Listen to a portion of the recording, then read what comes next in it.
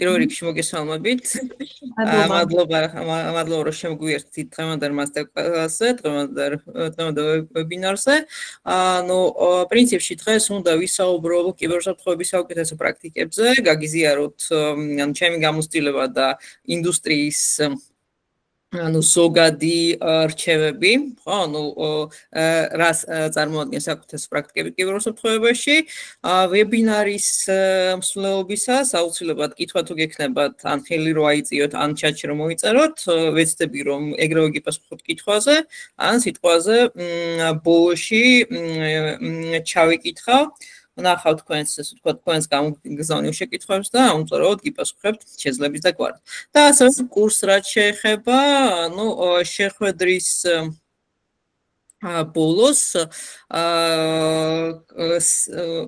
მოგიყვებით, რა თემებს გავდივართ და რა თემებს შევეხებით და შემდეგ უკვე თქვენ გადაწყვიტავთ, რამდენად საინტერესო იქნება თქვენთვის ეს კურსი. თავიდანვე ვიტყვი, რომ რახან კიბერუსაფრთხოების საფუძვლები გვქვია, კურსი გათვლილია ისე სტუდენტებზე, ვისაც აქვს კიბერუსაფრთხოების შესწავლის ინტერესი, თუმცა შეხება არ ქონია კიბერუსაფრთხოებასთან. ახლა გაგიზიარებთ ეკრანს, თან გაგეცნობით და თან კიბერუსაფრთხოების პრაქტიკებზე დავიწყოთ საუბარი. მითხარით, როცა მგონი გამოჩნდა ჩემი ეკრანი. მე გახლავართ მაიკო სონიძე, ვმუშაობ კომპანია 42 Digital-ში, კიბერთადასთვის მიმართულების ხელმძღვანელი გახლავართ. ამ სფეროში,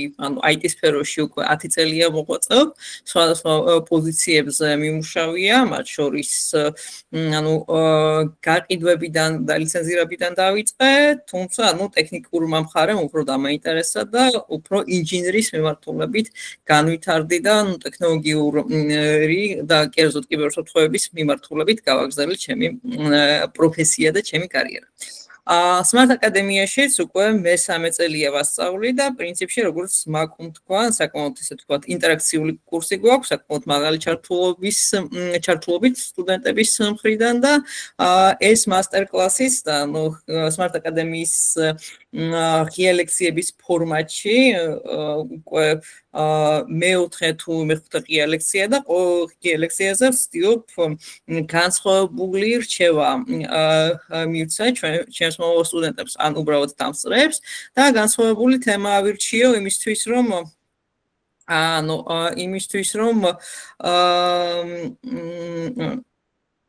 ერთი წამით ჩემი ლეპტოპი რომ არ გამეთიშოს ხო ვითხოვე რომ ძალიან ხშირი შეკითხვები არ დავსვათკო სენიორი ხართ 42 დიჯიტალი რატომ ქვია სწრაფი კითხვა ბლიცისთვის გავაკეთოთ ცალკე მოდული დღეს მეგობრებო რადგან ორი მონიტორი აქვს კითხვებისკენ თვალი აუცილებლად გაექცევა მაიკოს და გთხოვთ რომ წარდგენის ნაწილი და რაღაც ნაწილზე ისაუბროს კარგით და მე დავუთმოთ დრო ამ შეკითხვებს თუ შეიძლება მადლობა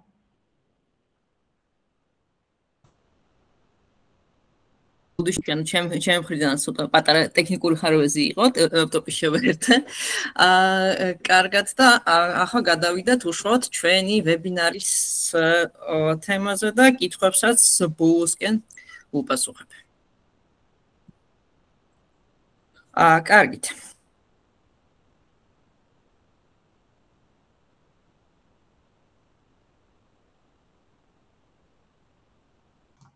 მიკროფონი გაქვს გათვლილი მაინ. ხო. კარგით, გადავიდეთ ჩვენი ვებინარის ძირითად ნაწილზე, კიბერუსაფრთხოების საუკეთესო პრაქტიკებზე ვისაუბროთ და სხვა ვებინარებზე და მასტერკლასებზე ჩვენ განგვიხილავს ყოველდღიურ ცხოვრებაში როგორ შეიძლება გამოგვადგეს კიბერუსაფრთხოების უნარჩვევები, რა უნდა გავითვალისწინოთ, რომ არ მუშაობდეთ კიბერუსაფრთხოების სფეროში, ხო, ჩვენი პირადი მონაცემების, პირადი მოწყობილობების დასაცავად, რა უნდა ვიცოდეთ და რა უნდა გვახსოვდეთ და დღესაც ჩვენი შეხვედრის დაწყება მინდა თანამედროვე კიბერსაფრთხეების მიმოხილვით დავიწყო. ვინაიდან ბიზნესების უმეტესობა ციფრულ ფორმატში გადადის და მიუხედავად იმისა, რომ შეიძლება ბიზნესი ტრადიციულ ფორმატს ინარჩუნებდეს, სერვისების გარკვეული რაოდენობა მაინც დიჯიტალშია და ბანკებით დაწყებული ხო delivery სერვისები, ტაქსის სერვისები და უამრავი სხვა მომსახურება შეგვიძლია მივიღოთ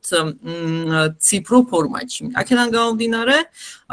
ყველა ის სერვისი და ყველა ის ბიზნეს მიმართულება, რომელიც დიჯიტალშია გადასული, თავის თავში მოიცავს გარკვეული ტიპის საფრთხეებს. და სადაც საფრთხეებია შესაბამისად კიბერუსაფრთხოების დანერგვის და კიბერუსაფრთხოების პრაქტიკის გამოყენების აუცილებლობას დგას. ანუ კიბერსაფრთხეების ლანდშაფტი მუდმივად იცვლება წლების წინ მარტო ვირუსებზე ხსმენია, ხო, მავნეპროგრამულ უზრუნველყოფებზე და ერთადერთი საფრთხე ჩვენთვის, ანუ ერთადერთი საფრთხეს ორგანიზაციები ვირუსების გავრცელებაში ხედავდნენ. თუმცა დღესდღეობით ანუ უამრავი ტიპის კიბერსაფრთხესთან გამკლავება გვიწევს, შეიძლება საერთოდ არ იყოს ამ ტიპის შეტევაში ჩართული მავნეპროგრამული უზრუნველყოფა, ეს იქნება მონაცემთა გაჟონვა, იქნება ინსაიდერის მავნე ქმედებები, ან თუნდაც ოპერაციული სისტემისთვის ოპერაციული სისტემაში ჩაშენებული პროგრამების გამოყენება, ანუ იმ პროგრამების, რომელიც სისტემების სამართავად გამოიყენება, იქნება ეს დისტანციური მართვა, ან სიტყვაზე მობილური მოწყობილობებისთვის დისკის შიფრაცია, ხო, რომელიც თავდაპირველად განკუთვნილია მონაცემთა დასაცავად, თუმცა იგივე თულების, იგივე ინსტრუმენტების გამოყენება შეუძლია კიბერდამნაშავეს, ანუ ჩვენს ინფრასტრუქტურაზე, ჩვენს კომპანიაზე მართვის და დისტანციური წვდომის მოსაპოვებლად. Ну, პირველ რიგში მინდა გაგიზიაროთ 20-25 წლის ყველაზე აქტუალური კიბერუსაფრთხოების საფრთხეები, რომელიც უნდა გავითვალისწინოთ კორპორატიულ სეგმენტში მუშაობის დროს. ანუ ყველაზე აქტუალური საფრთხე დღესაც და პრინციპში ბოლო წლებში რაც კი შეხვედრია, ransomware ტიპის შეტევებია, ანუ შიფრატორი ვირუსებით, შიფრატორი პროგრამული უზრუნველყოფით გამოწვეული მოწყობილობების ან მონაცემების დაშიფრვა, ანუ შეიძლება კიბერდამნაშავის მიზანი იყოს კონკრეტულად ერთი ფოლდერის ან ერთი დოკუმენტის, ასე ვთქვათ, კრიპტაცია იმისთვის, რომ ბიზნესმა ვერ მიიღოს ცდომა თავისთვის კრიტიკულ და სენსიტიურ ინფორმაციაზე. Internet of Things მოწყობილობები, ანუ დღესდღეობით smart მოწყობილობები ჩვენი ყოველდღიური ცხოვრების განუყოფელი ნაწილი გახდა და ამ შემთხვევაში მარტო smartphone-ებზე არ მაქვს საუბარი, ხო, ანუ ჭკვიანი სახლის სისტემები, თერმოსტატები, თუნდაც ქალაქში დამონტაჟებული ჭკვიანი შუქნიშნები, ან თუნდაც აი შორს წასვლა რა გვინდა, ანუ ერთ-ერთი დახმაურებული კიბერშეტევა გადახდის აპარატებზე, ანუ ტრანსპორტში დამონტაჟებულ გადახდის აპარატებზე, ყველა ის სისტემა, რომელიც დღესდღეობით ცენტრალიზებულად იმართება, შეიძლება გახდეს კიბერშეტევის სამიზნე და კიბერდანაშავისთვის ინტერესთა სფერო. აქედან გამომდინარე, ჭკვიანი მოწყობილობები დღესდღეობით ერთ მოდულად წერტილს წარმოადგენს ჩვენი შეტევის ზედაპირზე. სოციალური ინჟინერია და ფიშინგ შეტევები. სოციალური ინჟინერია გულისხმობს თანამშრომლების ან ციფრული სერვისების მომხმარებლების მოტყუებას, ანუ ფსიქოლოგიის დარგია, როგორც ეძახიან კიბერუსაფრთხოებაში, რომელიც ფსიქოლოგიური ხრიკების და დარწმუნების მეთოდებით მომხმარებლების პერსონალური მონაცემების და მომხმარებლების პაროლების გამოძალვაზეა მომართული, ანუ ამ შემთხვევაში კიბერდანაშავეს არ გჭირდება რაიმე ტიპის მავნეპროგრამული უზრუნველყოფის გამოყენება, თუ სიტყვაზე თქვენ თვითონ გაანდეთ თქვენი პირადი მონაცემები, თქვენი პაროლი, ან გარიშის ნომერი, ან ბარათის მონაცემები და თქვენი მონაცემების და თქვენი ციფრული აქტივების გამოყენება კიბერდანაშავემ შეძლო. ასე ვთქვათ, თავისი ბიზნესისთვის და თუნდაც აი ონლაინ გადარიცხვები და ბარათეთის მონაცემების გაზიარება ამის ძალიან კარგი მაგალითია. Supply chain შეტევები, ანუ ქვეკონტრაქტორებზე მიტანილი შეტევები, შეიძლება კომპანიას კარგად ჰქონდეს აწყობილი კიბერუსაფრთხოების ინფრასტრუქტურა, უახლესი კიბერუსაფრთხოების კონტროლები ჰქონდეს დანერგილი, უსაფრთხოების პოლიტიკაც შესანიშნავად ჰქონდეს შედგენილი, თუმცა ყავდეს ქვეკონტრაქტორი კომპანიები, რომელიც იმდენად კარგად ვერ ზრუნავს, ან არ ზრუნავს კიბერუსაფრთხოების საკითხებზე და თემებზე და ზუსტად ქვეკონტრაქტორის მომსახურე კომპანიების გავლით კიბერდანაშაულებამ მოახდინა შეტევა სამიზნე კომპანიასა. AI powered cyber threats ხელოვნური ინტელექტი AI ისევ და ისევ ჩვენი ყოველდღიური ცხოვრების განყოფილი ნაწილი ხდება და სულ უფრო ხშირად ვიყენებთ AI ასისტენტებს, ხო, ChatGPT-ს, თუნდაც digital marketing-ში პოსტების ტექსტის დასაწერად, მეილების ტექსტის დასაწერად, ესე ვთქვათ, კოდის წერის დროს, ხო, ან უბრალოდ ყოველდღიურ ამოცანებში, როცა ChatGPT-ს რჩევას ვეკითხებით, პირობითად, ხო, რომელ წყაროს მივმართო, რომელი კურსი გავიარო, ან ასე შემდეგ, ხო, ხელოვნური ინტელექტით მხარდაჭერილი პლატფორმები, ხო, ჩვენი დღევანდელი ბიზნეს ინდუსტრიის და ბიზნეს სფეროს ძლიერ მხარესაც წარმოადგენს და ამავდროულად კიბერდანაშაულებებსაც შეუძლია ამ ტექნოლოგიების, მოწინავე ტექნოლოგიების გამოყენება და იყენებენ კიდევაც და AI-ით გამაგრებული კიბერშეტევები და კიბერსაფრთხეები დღესდღეობით ერთ-ერთ ყველაზე აქტუალურ პრობლემას წარმოადგენს, უბრალოდ სხვა ტიპის შეტევებთან შედარებით AI-ში გარკვეული კიბერდანაშაულებები გვჭირდება ხარისხიანი და მაღალი დონის შეტევის ჩასატარებლად. ამიტომაც ესე ვთქვათ, მარტო მეხუთე ადგილს იკავებს. თუმცა, კიბერდანაშაულებების ცოდნის და განათლების დონის განვითარებასთან ერთად მსგავსი ტიპის საფრთხეებიც მოიმატებს და ჩვენ კიბერუსაფრთხოების სპეციალისტებს მოგვიწევს გაზლიერებულ რეჟიმში კიბერუსაფრთხოების კონტროლების გაუმჯობესება. Advanced persistent threats, ამ შემთხვევაში იგულისხმება კიბერდანაშაულებების დაჯგუფებები, რომელიც კონკრეტული მიმართულებით, კონკრეტული სფეროების წარმომადგენლებზე არიან ორიენტირებული. პირობითად შეიძლება APT დაჯგუფების სამიზნე იყოს სახელმწიფო სერვისები, government segment-ი, ან სიტყვაზე ფინანსური სეგმენტი, ისეთი კომპანიები, რომელიც ერთ მიზანს ემსახურება, ხო, იქნება ეს fintech-ი, ხო, ფინანსური სერვისები, ან სიტყვაზე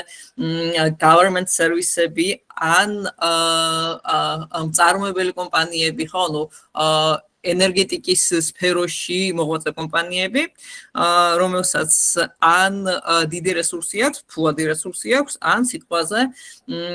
ისეთ მიზნებს ემსახურება კომპანია, რომელიც არ მოსწონს კიბერდანაშაუებს და შეიძლება იდეოლოგიის პრინციპებით შეირჩეს პოტენციური სამიზნე და ჰაკერები გაერთიანდნენ დაჯგუფებებში და შეუტიონ, ასე ვთქვათ, ამ ინდუსტრიის წარმოადგენელს. Zero day exploits, ეს საფრთხე დღესაც აქტუალური რჩება, ნულოვანი დღის საფრთხეები, რომელიც გულისხმობს ახლად აღმოჩენილ სისუსტეებს და მოწყობილობებს, რომლის გამოყენება შეუძლია კიბერდანაშაუებს სისტემების და აპლიკაციების სისტემებში და აპლიკაციებში გაპარული შეცდომების გამოყენების კუთხით, როცა ამ შეცდომის და ამ კონფიგურაციის უზუსტობა იქნება თუ კოდის სისუსტე, ხო, ამ მოწყობილობის ხარჯზე კიბერდანაშაუებს შეიძლება სისტემაზე დისტანციური წვდომის მოპოვება, ან ადმინისტრატორის უფლებების მოპოვება, ან სიტყვაზე მონაცემების ისე მოპარვა, რომ ასე ვთქვათ, კიბერუსაფრთხოების კონტროლები ხელს ვერ შეუშლიან. Cloud security რისკები, ანუ ეს საფრთხეს განპირობებულია ინდუსტრიის განვითარებით, სულ უფრო და უფრო მეტი კომპანია გადადის cloud-ში, იწყებს cloud სერვისების და cloud სიმძლავრეების გამოყენებას, იქნება ეს Azure, Amazon Cloud-ი, ან სიტყვაზე Google Cloud-ი, ხო, ანუ რაც უფრო დახვეწილ ტექნოლოგიებთან და დახვეწილ სერვისებთან გვაქვს საქმე, მით უფრო დიდია კიბერდანაშაულების ინტერესი და мотивация მოახდინონ cloud რესურსების კომპრომეტაცია იმისთვის, რომ მომხმარებლების სენსიტიური მონაცემები მოიპოვონ და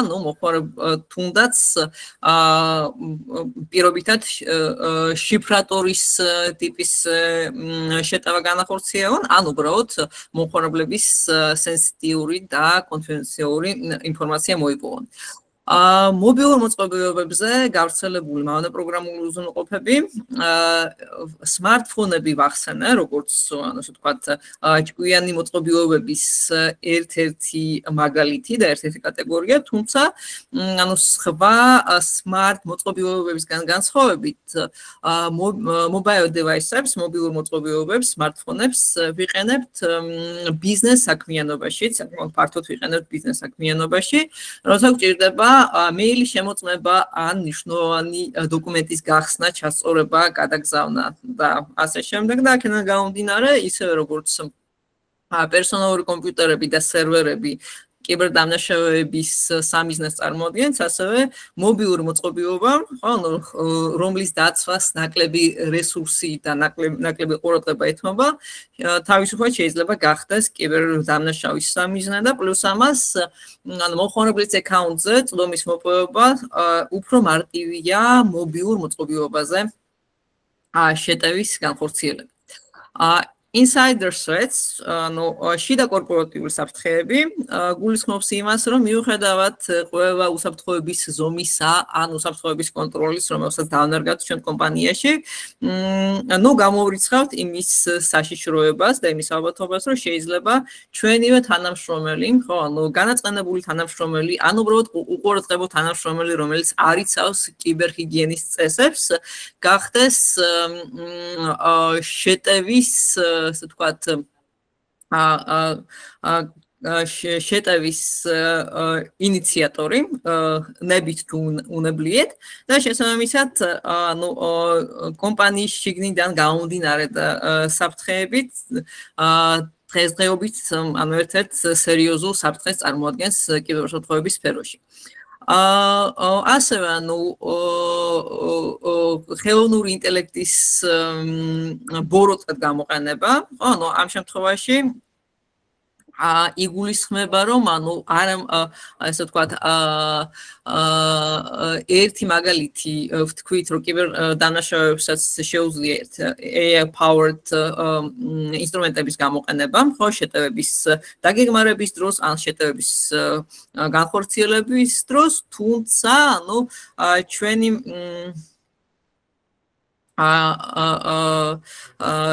ჩვენს ასე ვთქვათ IT ინფრასტრუქტურაში, კომპანიის IT ინფრასტრუქტურაში ჩართული და მოქმედი ხელოვნური ინტელექტით ასე ვთქვათ აღჭურვილი და ხელსაწყოები და ზოგადად თუნდაც იგივე ჩატბოტები და ასისტენტები, მინიმუმ სენსიტიური ინფორმაციის გაჟონვის ერთ-ერთ წყაროს წარმოადგენს, ჩვენ როცა დოკუმენტებს თვითავთ ჩატბოტებში და ასე ვთქვათ ასისტენტებში ან რჩევას ვეკითხებით, ამ ეტაპზე ჯერჯერობით ვერ ხდება, ასე ვთქვათ, განსაზღვრა და გამიჩნვა სენსიტიური და საჯაროდ ხელმისაწვდომი ინფორმაციისა და შესაბამისად, თუ მოხდა AI powered services კომპრომეტაციას, ასევე შესაძლებელია, რომ კომპანიის სენსიტიური მონაცემებიც გახდეს, ასე ვთქვათ, გახდეს კომპრომეტაციის სამიზნე. data breaches and privacy violations, ანუ ამ შემთხვევაში მონაცემთა გაჟონვა არ აქვს მნიშვნელობა რა წყაროს გამოყენებით და რა ტექნოლოგიების გამოყენებით, ეგ შეიძლება იყოს კომპანიის მეილზე მიტანილი შეტევა ან სიტყვაზე შემთხვევით ხო ნუ შემთხვევით ან ისევ და ისევ ბოროტი განსაზღვრით და ბოროტი მიზნებით ინტერნეტში გაზიარებული პაროლები მონაცემთა ბაზები ატვირთული ინტერნეტში და ატვირთული სხვა ფორუმზე ხო ნუ დღესაც ეს საფრთხე აქტუალურად რჩება კორპორატიულ სეგმენტში phishing-ის დახვეწილი ტექნიკები, ანუ phishing შეტევებზე, ანუ ცალკე ანუ წინა მასტერკლასზე პრაქტიკული საორჯიშოც ჰქონდა, როგორ უნდა ამოვიცნოთ phishing მეილი და როგორ უნდა ამოვიცნოთ phishing საიტები და ამის ასე ვთქვათ პრაქტიკული რჩევებიც არსებობს, ერთი რომ ლინკებს უნდა დავაკვირდეთ, მაუსის ისარი უნდა მივიყვანოთ უშუალოდ ლინკთან, ვნახოთ რომ ნამდვილად კომპანიის დომეინია გამოყენებული და სიტყვაზე სინტაქსური შეცდომები ხომ არა დაშვებული ლინკის ჩანაწერში ასევე შეგვიძლია sandbox-ებში გადავამოწმოთ საეჭვო ლინკები თუ სიტყვაზე მეილის ვიზუალი განსხვავდება კომპანიის ანუ ბრენდ გამოსახულებებისგან კომპანიის სფერებში არა შესრულებული და ასე შემდეგ. ანუ ასეთი phishing მეილები ხშირ შემთხვევაში პირველ საფეხურს, პირველ ნაბიჯს წარმოადგენს კიბერდანაშაუების მხრიდან, თუმცა ანუ კიბერდანაშაუები სულ უფრო და უფრო დახვეწილ ტექნიკებს იყენებენ phishing მეილების მომზადებასა და გამოგზავნის დროს და აქედან გამომდინარე, ანუ ასეთი სახის phishing-ი ანუ სერიოზულ საფრთხეს წარმოადგენს კორპორატიულ სეგმენტისთვის და ასევე ინდივიდუალური მოხმარებლებისთვის. Nation state cyber attacks ამ შემთხვევაში იგულისხმება ანუ სხვადასხვა სახელმწიფო სამსახურის მიერ დაინიცირებული კიბერშეტევები, ხო, ანუ რომელიც უფრო ასე ვთქვათ სპეცსამსახურების აქტივობას უკავშირდება და cryptocurrency related threats ამ შემთხვევაში იგულისხმება როგორც კრიპტოვალუტების, კრიპტოსაფულეების კომპრომეტაცია და ასე ვთქვათ, თქვენი ფულადის სახსრების კრიპტოს მოპარვა და ასევე ანუ თაღლითური გადარიცხვების სქემები, რომელიც რომელიც საფრთხეს წარმოადგენს როგორც კორპორატიული, ასევე კორპორატიული სეგმენტისთვის, ასევე ინდივიდუალური მოხმარებლებისთვის. ანუ ეგ 15 ყველაზე ასე ვთქვათ გამორჩეული კიბერსაფრთხე, რომელზეც ყურადღება უნდა გავამახვილოთ და რომლის ირგვლივაც შეიძლება ასე ვთქვათ ვიმსჯელოთ. წლევანდელი საფრთხეების მოგერიების გეგმის აწყობისას, თუმცა ანუ რა თქმა უნდა გარდა ამისა არსებობს უმრავი სხვა საფრთხეს, რომელიც ინდივიდუალურად შეიძლება შეხვდეთ თქვენს პრაქტიკაში, ანუ როგორც კომპანიის თანამშრომელს, ასევე როგორც ინდივიდუალურ მოხმარებას. კარგით.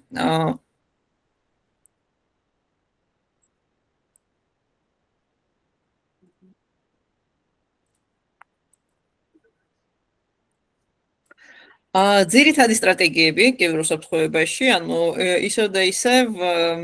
ხო, ანუ სანამ საფუძვლიანად შევისწავლით კიბერუსაფრთხოებას და გავაანალიზებთ ყველა იმ საფრთხეს და შეტევის ყველა ვექტორს და ყველა ტიპს პოტენციურად, რომელთანაც შეიძლება გქონდეს შეხება, გჭირდება, ანუ კიბერჰიგიენის და კიბერქცევის გარკვეული წესები, ხო, ანუ ეს ისეთი ქცევებია, ხო, რომელიც გააზრებულად თუ გაუაზრებლად უნდა გავითვალისწინოთ და უნდა ასე ვთქვათ, მივყვეთ ამ სტანდარტებს იმისთვის, რომ კიბერუსაფრთხოების კუთხით დადებითი ჩვევებით გავიმუშაოთ, ხო? ანუ პირველი რჩევა, რაც ყველა მომხმარებელმა უნდა გაითვალისწინოთ აუცილებლად, გამოიყენეთ ორფაქტორიანი ან მრავალფაქტორიანი ავთენტიფიკაცია. პრინციპში, ანუ ეს იმას ნიშნავს, რომ თქვენი პირადი მეილის გამოყენების დროს, სოციალური მედია პლატფორმების გამოყენების დროს, განსაკუთრებით საბანკო აპლიკაციების გამოყენებისას, პაროლის გარდა რაიმე დამატებითი ფაქტორიც უნდა იქნეს გამოყენებული, იქნება ეს ერთჯერადი კოდი, რომელსაც SMS-ით მიიღებთ, ან თითის ანაბეჭდით ავთენტიფიკაცია, ხო, ნებისმიერი დამატებითი ფაქტორი, რომელიც დაადასტურებს თქვენს იდენტობას და თქვენს უფლებას წვდომა მიიღოთ და წვდომა მოიპოვოთ ამათომის სერვისზე. ნუ ინტერნეტ ბანკინგის აპლიკაციის მაგალითი ტყუილად არ მომიყვანია, ხო, ანუ თქვენი ფინანსური მონაცემები და თქვენი ფინანსური აქტივები, ანუ ერთ-ერთი ყველაზე სენსიტიური მონაცემია, რაზეც წვდომა მარტო თქვენ და გქონდეთ, როგორც ან აქტივების მფლობელს და ამ აქტივების მომხმარებელს და შესაბამისად 2FA და MFA, ანუ ის სერვისებია, რომელიც აი აუცილებლად უნდა გამოიყენოთ და თუნდაც ანუ დისკომფორტ გიქმნიდეთ, ხო, ანუ დამატებით კოდის შეყვანა და ერთჯერადი ესე ვთქვათ ავთენტიფიკაციის მეთოდებით სარგებლობა თქვენი უსაფრთხოებისთვის ეს რჩევა აუცილებელია და ანუ ამითი ვამცირებთ ანუ კიბერთაღლითების შანსებს მოიპოვონ თქვენს ანგარიშებზე. ასევე ანუ რეგულარულად განაახლეთ პროგრამული უზრუნველყოფა და სისტემები. ანუ პროგრამული უზრუნველყოფის და სისტემების რეგულარული განახლება საჭიროა იმისთვის, რომ თქვენ სისტემაზე, ხო, ანუ უსაფრთხოების აპდეიტები მუდამ იყოს აქტიური. პროგრამული უზრუნველყოფის და ოპერაციული სისტემების შექმნის დროს დეველოპერებს ხშირად შეიძლება გაეპაროთ შეცდომა ამ შეცდომას მოწყობილობის სახით აღმოაჩენს კიბერდამნაშავე, ამ მოწყობილობის გამოყენებით შეძლებს დისტანციური ცდომის მოპოვებას თქვენს სისტემაზე და შესაბამისად, რაც უფრო ახალია და რაც უფრო ესე ვთქვათ up to date თქვენ სისტემა, მით უფრო ნაკლები იმის ალბათობა, რომ კიბერდამნაშავე ბოროტად გამოიყენებს სისტემის მოწყობილობას. ანუ აქედან გამომდინარე, რეგულარული განახლებები, ხო, თქვენი სისტემების თქვენ სასარგებლოდ იმუშავებს. ასევე ანუ წერილების მიღების დროს ელექტრონული პოსტის გამოყენების ვთქვათ კულტურად უნდა გაითავისოთ ლინკების და წერილის სტანდარტული ფაილების გადამოწმება გახსნამდე. ხო, ანუ თუ სიტყვაზე წერილი მიიღეთ მოულოდნელად, თუ წერილის ტექსტი გპირდებათ ფულად მოგებას ან რაიმე ისეც რაც ძნელი დასაჭირებელია, ხო, ან სიტყვაზე თქვენი ბანკი ან სოციალური სამსახური წერთ ისეთ წერილს, რომელსაც არ ელოდებოდით, ან სიტყვაზე დაუყოვნებლივ ქმედებას ითხოვს, იქნება ეს თანხის გადარიცხვა თუ თქვენი მონაცემების განახლება, აუცილებლად ალტერნატიული არხი უნდა გამოიყენოთ იმისთვის, რომ გადაამოწმოთ ნამდვილად ვალიდურია თუ არა ეს წერილი, დარეკეთ ბანკში, დარეკეთ თუნდაც ანუ იმ სამსახურში, ხო, იქნება ეს შემოსავლების სამსახური, ან იქნება ეს პირობითად იუსტიციის სახლის სერვისი, ყოველთვის გადაამოწმეთ ნამდვილად ვალიდურია თუ არა ეს მეილი და მხოლოდ მას შემდეგ შეასრულეთ ის ქმედებები, რომელიც წერილშია მოთხოვნილი. გამოიყენეთ ანტივირუსები და რეგულარულად დაასკანირეთ სისტემები, ანუ ანტივირუსი და endpoint protection პლატფორმები, ანუ ის აუცილებელი მინიმუმია, რაც გჭირდებათ თქვენი სისტემების თქვენი ციფრული აქტივების დასაცავად. რა თქმა უნდა, ანუ ანტივირუსი პანაცეა არ არის და ანუ ერთადერთი უსაფრთხოების კონტროლი არ არის, რომელიც აუცილებელია ციფრული აქტივების დასაცავად, თუმცა ანუ მინიმუმ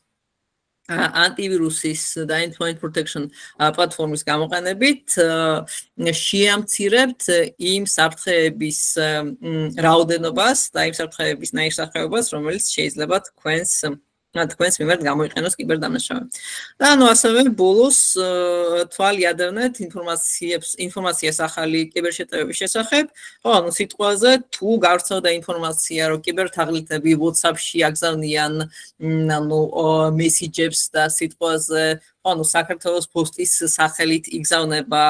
საიტო ლინკები, რა თქმა უნდა, ანუ ამ ასე ვთქვათ, ინფორმირებულობით და ამ ტიპის ინფორმაციის გათვალისწინებით, თქვენ უკვე არ წამოიგებით კიბერდანაშაულების პროვოკაციას და ასე ვთქვათ, არ გახდებით კიბერდანაშაულის უნებლიე მსხვერპლი. ეგ ანუ რაც შეეხება კიბერთავდაცვის ძირითად სტრატეგიებს, რომელიც შეიძლება გამოადგეს როგორც კიბერუსაფრთხოების სფეროში მომუშავე ადამიანს, ასევე ნებისმიერ ინდივიდუალურ მოხმარებელს, რომელსაც კავშირი აქვს და შეხება აქვს ციფრულ აქტივებთან და ციფრულ პლატფორმებთან. ვისაუბროთ კიბერუსაფრთხოების ძირითად პრინციპებზე. ხო, ანუ კიბერუსაფრთხოებაზე და კიბერუსაფრთხოების მიმართულებებზე შეიძლება ბევრი ვიმსჯელოთ და თუნდაც ანუ იქნება ეს ინფორმაციული უსაფრთხოების სპეციფიკა, იქნება ეს ქსელური უსაფრთხოება, endpoint protection, ხო, ანუ პერსონალური მოწყობილობების დაცვა, ან სიტყვაზე მონაცემთა ასე ვთქვათ შიფრაცია, ან ნებისმიერი სხვა უსაფრთხოების კონტროლი და უსაფრთხოების მიმართულება, ხო, თავდაცვითი უსაფრთხოება, თავდასხმითი უსაფრთხოება, ხო, ანუ ყველა ამ მიმართულებას და ყველა ამ სფეროს აერთიანებს ზოგადი პრინციპები, რომელზეც დგას კიბერუსაფრთხოების ყველა საკითხი და ასე ვთქვათ, კიბერუსაფრთხოების ფილოსოფია. კიბერუსაფრთხოებაში გვაქვს სამი ძირითადი პრინციპი, რომელსაც ასევე CIA ტრიადას ეძახიან. კონფიდენციალურობა, ასევე ანუ ხელშეუხებლობა, ანუ ინტეგრიტის ერთ-ერთი განსაზღვრება და ასევე availability, ანუ დავიწყოთ კონფიდენციალურობის პრინციპით. კონფიდენციალურობა კიბერუსაფრთხოების ერთ-ერთი პრინციპია, რომელიც გულისხმობს მონაცემთა დაცვას უნებლიე ცნობისგან, მისი პრაქტიკული გამოყენების მაგალითებია. მაგალითად, მონაცემთა შიფრაცია, რაც გულისხმობს პირადი მონაცემების, საბანკო დეტალების, ხო, ან უბრალოდ კავშირების დაშიფრვას, იგივე მესენჯერებში end-to-end encryption-ის გამოყენებას, იმისთვის, რომ სენსიტიური და კონფიდენციალური ინფორმაცია დარჩეს, ვთქვათ, დაცული და გაზიარებულ იქნას მხოლოდ ამ ინფორმაციის მფლობელთან ან უფლებამოსილ პირთან. ანუ კიბერუსაფრთხოება გვასწავლის, ანუ გარკვეული ტიპის შეზღუდვების დაწესებას და ინფორმაციის გაზიარებას, ანუ გარკვეული ნორმების და პრინციპების გათვალისწინებით. ანუ ძირითადად ამას გვასწავლის კონფიდენციალურობა კიბერუსაფრთხოებაში. ასევე, ანუ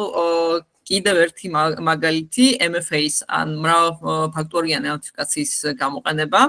რომელიც წარმოადგენს დამატებით საფეხურს, დაცვის და აუთენტიფიკაციის დამატებით საფეხურს და ანუ ეხმარება სისტემებს თქვენი იდენტობის დადგენაში, ხო, როგორც ანუ წინა მაგალითში ვთქვით, როცა პირობითად იყენებთ ბანკის აპლიკაციას და არ გინდათ რომ კიბერდანაშაულს, ხო, რომელმაც შემთხვევით გაიგო თქვენი მომხმარებლის სახელი და პაროლი, ხო, შეეძლოს თქვენი საბანკო ანგარიშებით მანიპულირება და თქვენი ფულადი სახსრების განკარგვა, ხო, ანუ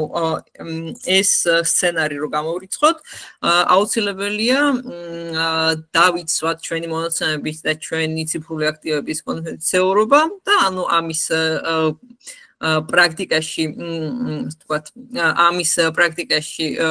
გამოყენების ერთ-ერთი მაგალითია, თუნდაც MFA-ის ან one time password-ის OTP-ის დანერგვა თქვენ სისტემაში. ასევე zero trust არქიტექტურის დანერგვა, რაც ქსეურ უსაფრთხოებას ეხება და ნიშნავს მოხმარებლებისთვის ცნობების შეზღუდვა და მიუხედავად მოხმარებლის ადგილმდგომარეობისა, ეს იმას ნიშნავს, რომ შეიძლება მოხმარებელი იმყოფებოდეს კომპანიის პერიმეტრზე, ხოლო კომპანიის ოფისის ერთ-ერთი კომპიუტერიდან ცდილობდეს სერვისის შესვლას და სერვისის გამოყენებას, თუმცა მაინც უნდა დაამტკიცოს თავისი იდენტობა, რომ გარკვეულ სერვისზე იქნება ეს კომპანიის CRM პლატფორმა თუ მეილი თუ ნებისმიერი სხვა აპლიკაცია ან სერვისი, თუ მომხმარებელს აქვს ამ სერვისის გამოყენების უფლება, ეს უფლება უნდა დაამტკიცოს და დაადასტუროს თავისი იდენტობა, წინააღმდეგ შემთხვევაში წვდომა შეეზღუდება. ასევე მინიმალური წვდომის პრინციპები, ისევ და ისევ, ტექნიკური ინსტრუმენტი, რომელიც გვეხმარება თანამშრომლების წვდომების მართვაში და პრივილეგიების შეზღუდვაში. პირობითად ეს იმას ნიშნავს, რომ კორპორატიულ გარემოში, ჩვეულებრივ მომხმარებელს, ჩვეულებრივ თანამშრომელს არ შეუძლია აპლიკაციის დაყენება. ან სიტყვაზე გარკვეული ტიპის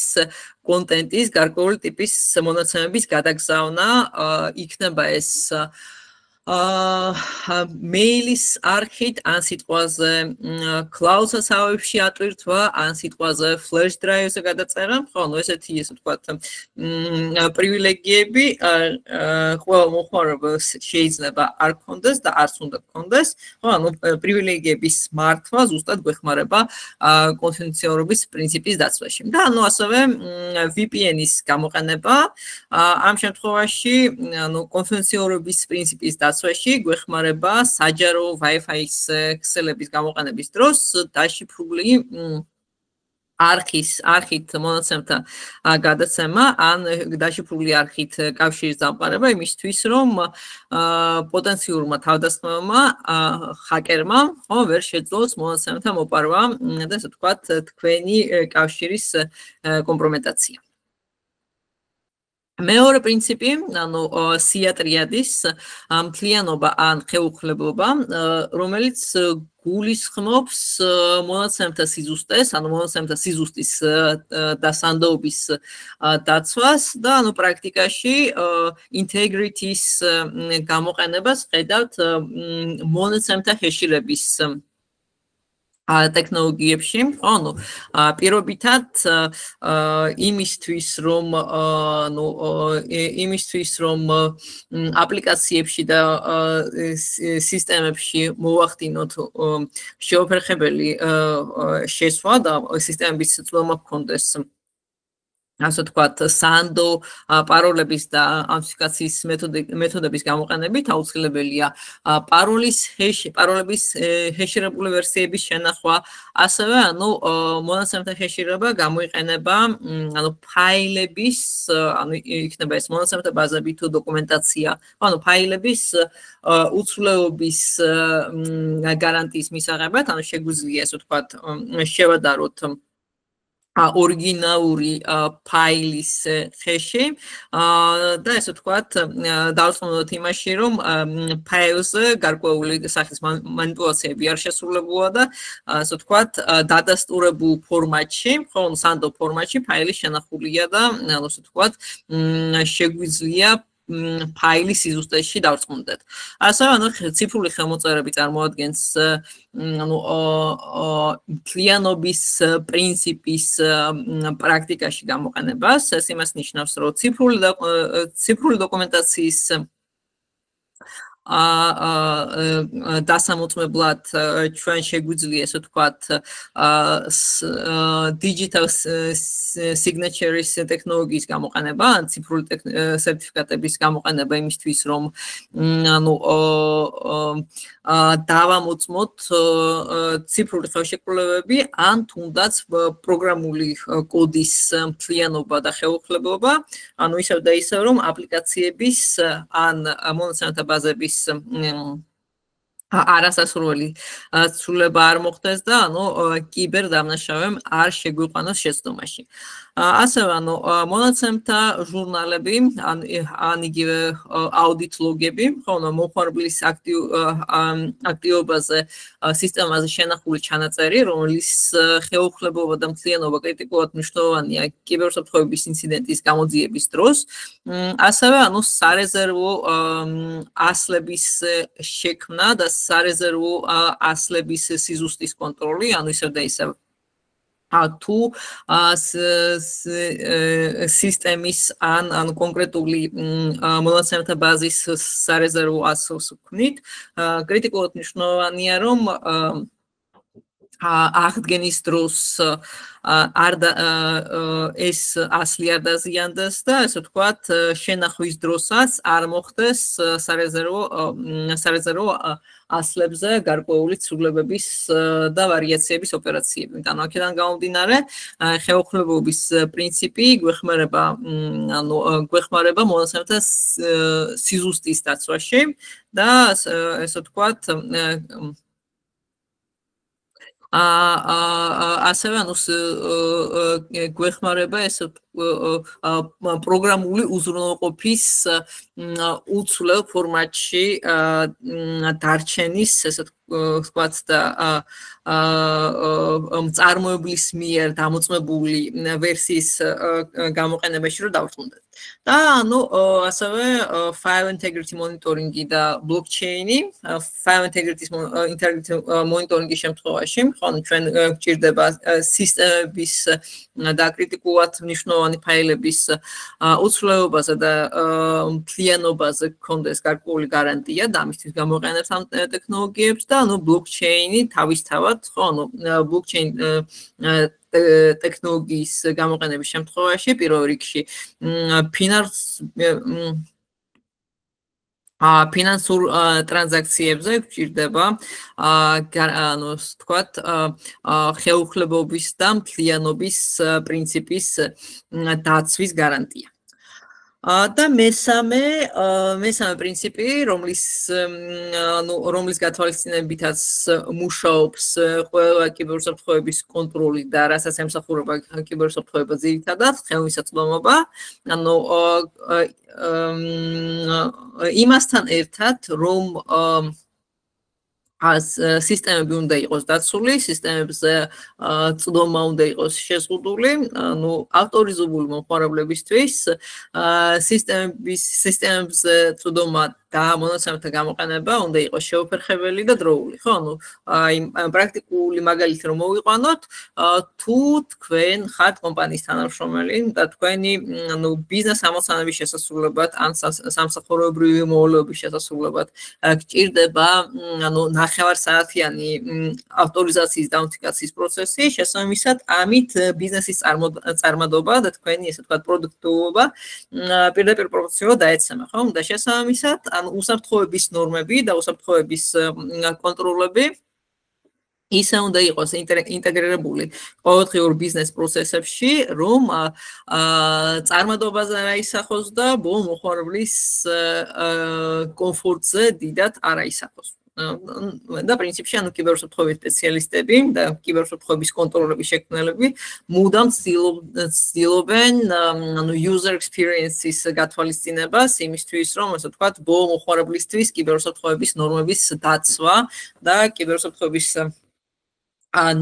ნორმების გათვალისწინება არ იყოს პრობლემური და არ უქმნიდეს ზუსტადად რომ ხელმისაწვდომობის პრინციპს პრობლემებს შესრულებაში. კიბერსათხოვების კუთხით, ხელმისაწვდომობის პრინციპის დასაცავად ჩვენ გვაქვს ისევ და ისევ სარეზერვო ასლების შექმნის ტექნოლოგიები და პრინციპები, ხო, ანუ იმისთვის რომ თუ სისტემა დაზიანდა ფიზიკურად თუ პროგრამულად, ხო, ანუ ყოველთვის დავიტოვოთ ალტერნატიული გზა, ხო, ანუ ჩვენს ჩვენი მონაცემების აღდგენისა და ჩვენს მონაცემებზე ცნობების მოსაპოვებლად, ასევე ანუ disaster recovery plan მონაცემების სწრაფად აღდგენის გეგმის შემუშავება, ხო, ანუ კიბერუსაფრთხოების ერთ-ერთი მიზანია, ხო, ну, წინასწარ განსაზღვროს და წინასწარ გათვალოს, რა ტიპის შეტევა, რა ტიპის საფრთხე და რა ტიპის პრობლემა შეიძლება შეიქმნას პოტენციურად და რა მოგვარების გზები გვაქვს იმისთვის რომ უპრობლემოდ შევძლოთ ციფრული პლატფორმების, ციფრული სერვისების გამოყენება. ასევე DDoS თავდასხმების წინააღმდეგ დაცვის სისტემების გამოყენება, ხო, ну, ხელმისაწვდომობის პრინციპის დაცვის კიდევ ერთი პრაქტიკული მაგალითი, ანუ distributed denial of service ტიპის თავდასხმა, ხო, ამ ტიპის პრობლემა შეიძლება შეაჩეროს ციფრული პლატფორმები, ხო, აი მაგალითად თუ ანუ მსგავსი ტიპის შეტევები განსაკუთრებით პრობლემურია ონლაინ მაღაზიებისთვის ან ისეთი სერვისების, ისეთი კომპანიებისთვის, ისეთი ბიზნესებისთვის, რომლის სერვისების უმეტესობა ციფრულ ფორმატშია წარმოდგენილი და ანუ თუ კომპანიის საიტზე მომხმარებელს არ აქვს, ასე ვთქვათ, მუდმივი და შეუფერხებელი წვდომა, შეიძლება ბიზნეს პროცესებზე ეგ საკმაოდ სერიოზული ზეგავლენა მოახდინოს. ხო, თუნდაც აი დღესდღეობით ნებისმიერი კომპანია, რომელიც წარმოადგენს ონლაინ ინტერაქციულ პლატფორმას, ხო, ანუ ასეთ პლატფორმებზე და ასეთ სერვისებზე თავდასხმა, ხო, ანუ denial of service ტიპის თავდასხმა შეიძლება სერიოზული ზიანი მიაყენოს კომპანიის ბიზნესს. და მაგალითად ონლაინ ბანკინგ სისტემები აქტიურად იყენებენ ტრაფიკის მონიტორინგის სისტემებს იმისთვის რომ ასე ვთქვათ ბოტნეტ შეტევებისგან დაიცვან თავიანთი სერვერები და ანუ ლეგიტიმური მომხმარებლებისთვის სერვის წვდომა შეუფერხებელი რო იყოს 24/7 რეჟიმში. ასევე ანუ cloud based სერვისების დანერგვა, cloud based სერვისების და multi regional მონაცემთა ცენტრების გამოყენების პრაქტიკა. ანუ ამ შემთხვევაში ანუ სარეზერვო ასლების შექმნის პრაქტიკასთან ერთად კომპანიები, ასე ვთქვათ, ალტერნატიულ ლოკაციებს ირჩევენ იმისთვის, რომ თუ სიტყვაზე ევროპის დატა ცენტრზე განხორციელდა შეტევა, ან სიტყვაზე ქსელური კავშირი ვერ მყარდება, ხო, ნუ ევროპის დატა ცენტრთან, შესაძლებელი იყოს ალტერნატიულ დატა ცენტრში სტრიმის გადატანა, ხო, მაგალითად Netflix-ის შემთხვევაში Netflix-ის სერვისები იყენებენ Amazon Cloud-ის, Amazon Web Services-ების პლატფორმას და შესაბამისად ანუ მათი უწყვეტი სერვისი და უწყვეტი ასე ვთქვათ მაუწყებლობა, ხო, ну ეკნობა AWS-ის მულტირეგიონალური მონაცემთა ცენტრების საპორტის პრინციპს. და ანუ ბოლოს role based access კონტროლების და ისევ multi-factor authentication სისტემების დანერგვა, ხო, ანუ უზრუნველყოფს ხელმისაწვდომობას სერვისების ხელმისაწვდომობას ავტორიზებული მომხმარებლებისთვის, მაგრამ ისევ და ისე, ანუ უსაფრთხოება გვასწავლის იმას, რომ თუ მომხმარებლების როლები და მომხმარებლების ფუნქციონალი არ შევზღუდოთ მინიმუმ აუცილებელ ფუნქციონალამდე, ანუ შეიძლება სამომავლოდ საუთ მაღალი პრივილეგიებიდან გამოწვეული საფრთხეები გაგვიპრობლემდეს და პოტენციურად გახდეს შეტევის გამოწვევი გამოწვევი მიზეზი. ეგ რაც შეეხება CIA ტრიადას და კიბერუსაფრთხოების ძირითად პრინციპებს, კიბერუსაფრთხოების პოლიტიკის შექმნის ან კიბერთავდაცვის კონტროლის დანერგვის დროს, ხო, აუცილებლად უნდა იქნეს გათვალისწინებული ეს სამი პრინციპი და ზოგადად კიბერუსაფრთხოება ემსახურება ამ პრინციპების გატარებას და ამ პრინციპების დაცვას. ახლა შეეხება საუკეთესო პრაქტიკებს, ანუ და ჩვენი დღევანდელი მასტერკლასის ძირითად თემას, ანუ შევარჩიე 5 ძირითადი პრაქტიკა, რომელიც აუცილებლად უნდა იქნეს გამოყენებული კორპორაციულ სეგმენტში. და ანუ სანამ გადავთ უშუალოდ ამ პრაქტიკების განსაზღვრაზე და ამ პრაქტიკების ახსნაზე, მინდა ვთქვა, რომ კორპორატიულ სეგმენტში, კორპორატიულ კიბერუსაფრთხოებაში მთავარი მიზანია კომპანიის კიბერუსაფრთხოების დეპარტამენტის ან კიბერუსაფრთხოების თანამშრომლების საფრთხეების წინასწარ განსაზღვრა და წინასწარ მომზადება პოტენციური შეტევისთვის. ანუ ერთია რომ შეიძლება კომპანიას დანერგილი გქონდეს უამრავი კიბერუსაფრთხოების კონტროლი, უამრავი პროდუქტი, თუმცა თუ კომპანიას და კომპანიის კიბერუსაფრთხოების დეპარტამენტს არ აქვს ხედვა, ხო, ანუ რა მეთოდით, რა ვექტორის გამოყენებით, რა ტექნიკების და ტაქტიკების გამოყენებით შეიძლება იმოქმედოს კიბერდამნაშავე. ანუ კიბერუსაფრთხოების კონტროლების კონფიგურაცია ყოველთვის გაუპრობლემდება და ასე ვთქვათ, მინიმუმ ერთი ნაბიჯით ჩამორჩება თავის პოტენციურ მოწინააღმდეგეს კომპანიაზე, კომპანიით დაინტერესებულ კიბერდამნაშავეს. ანუ აქედან გამომდინარე, პირველი რაც უნდა ითქვას, კორპორატიული კიბერუსაფრთხოება აუცილებლად პროაქტიული უნდა იყოს და ასე ვთქვათ, საფრთხეების და რისკების მოდელირებას უნდა ეფუძნებოდეს. საუკეთესო პრაქტიკებს რაც შეეხება, ხოლმე პირველი და ყველაზე მნიშვნელოვანი რისკების შეფასება და მონიტორინგი, რეგულარული შეფასება და მონიტორინგი. ერთი, ანუ უნდა შეაფასოთ თქვენი ინფრასტრუქტურის, IT ინფრასტრუქტურის ძლიერი და სუსტი მხარეები, გამოავლინოთ პოტენციური მოწყობილობები და არსებული მოწყობილობები, მართოთ ეს მოწყობილობები, ვინაიდან, ანუ სისუსტედ და მოწყობილობად შეიძლება მივიჩნიოთ მოძველებული სისტემები, თუმცა სხვადასხვა სერვისებთან, სხვადასხვა აპლიკაციასთან თავსებადობის გამო ზოგჯერ კომპანია ვერ ანახლებს სასერვერო სისტემებს, ან სიტყვაზე, ანუ აპარატურული უზრუნველყოფის სიმძლავრეების გამო, ხო, ანუ აი მოძველებული სერვერები თუ აქვს კომპანიას, შეიძლება ვერ გადადიოდეს Windows Server ახალ ვერსიაზე. ან სიტყვაზე მოწყობილობები, ანუ პერსონალური მოწყობილობების მომხმარებლების მოწყობილობების დრო განახლებას თუ ვერ ახერხებს, ხო, ანუ ესე შეიძლება უსაფრთხოებისთვის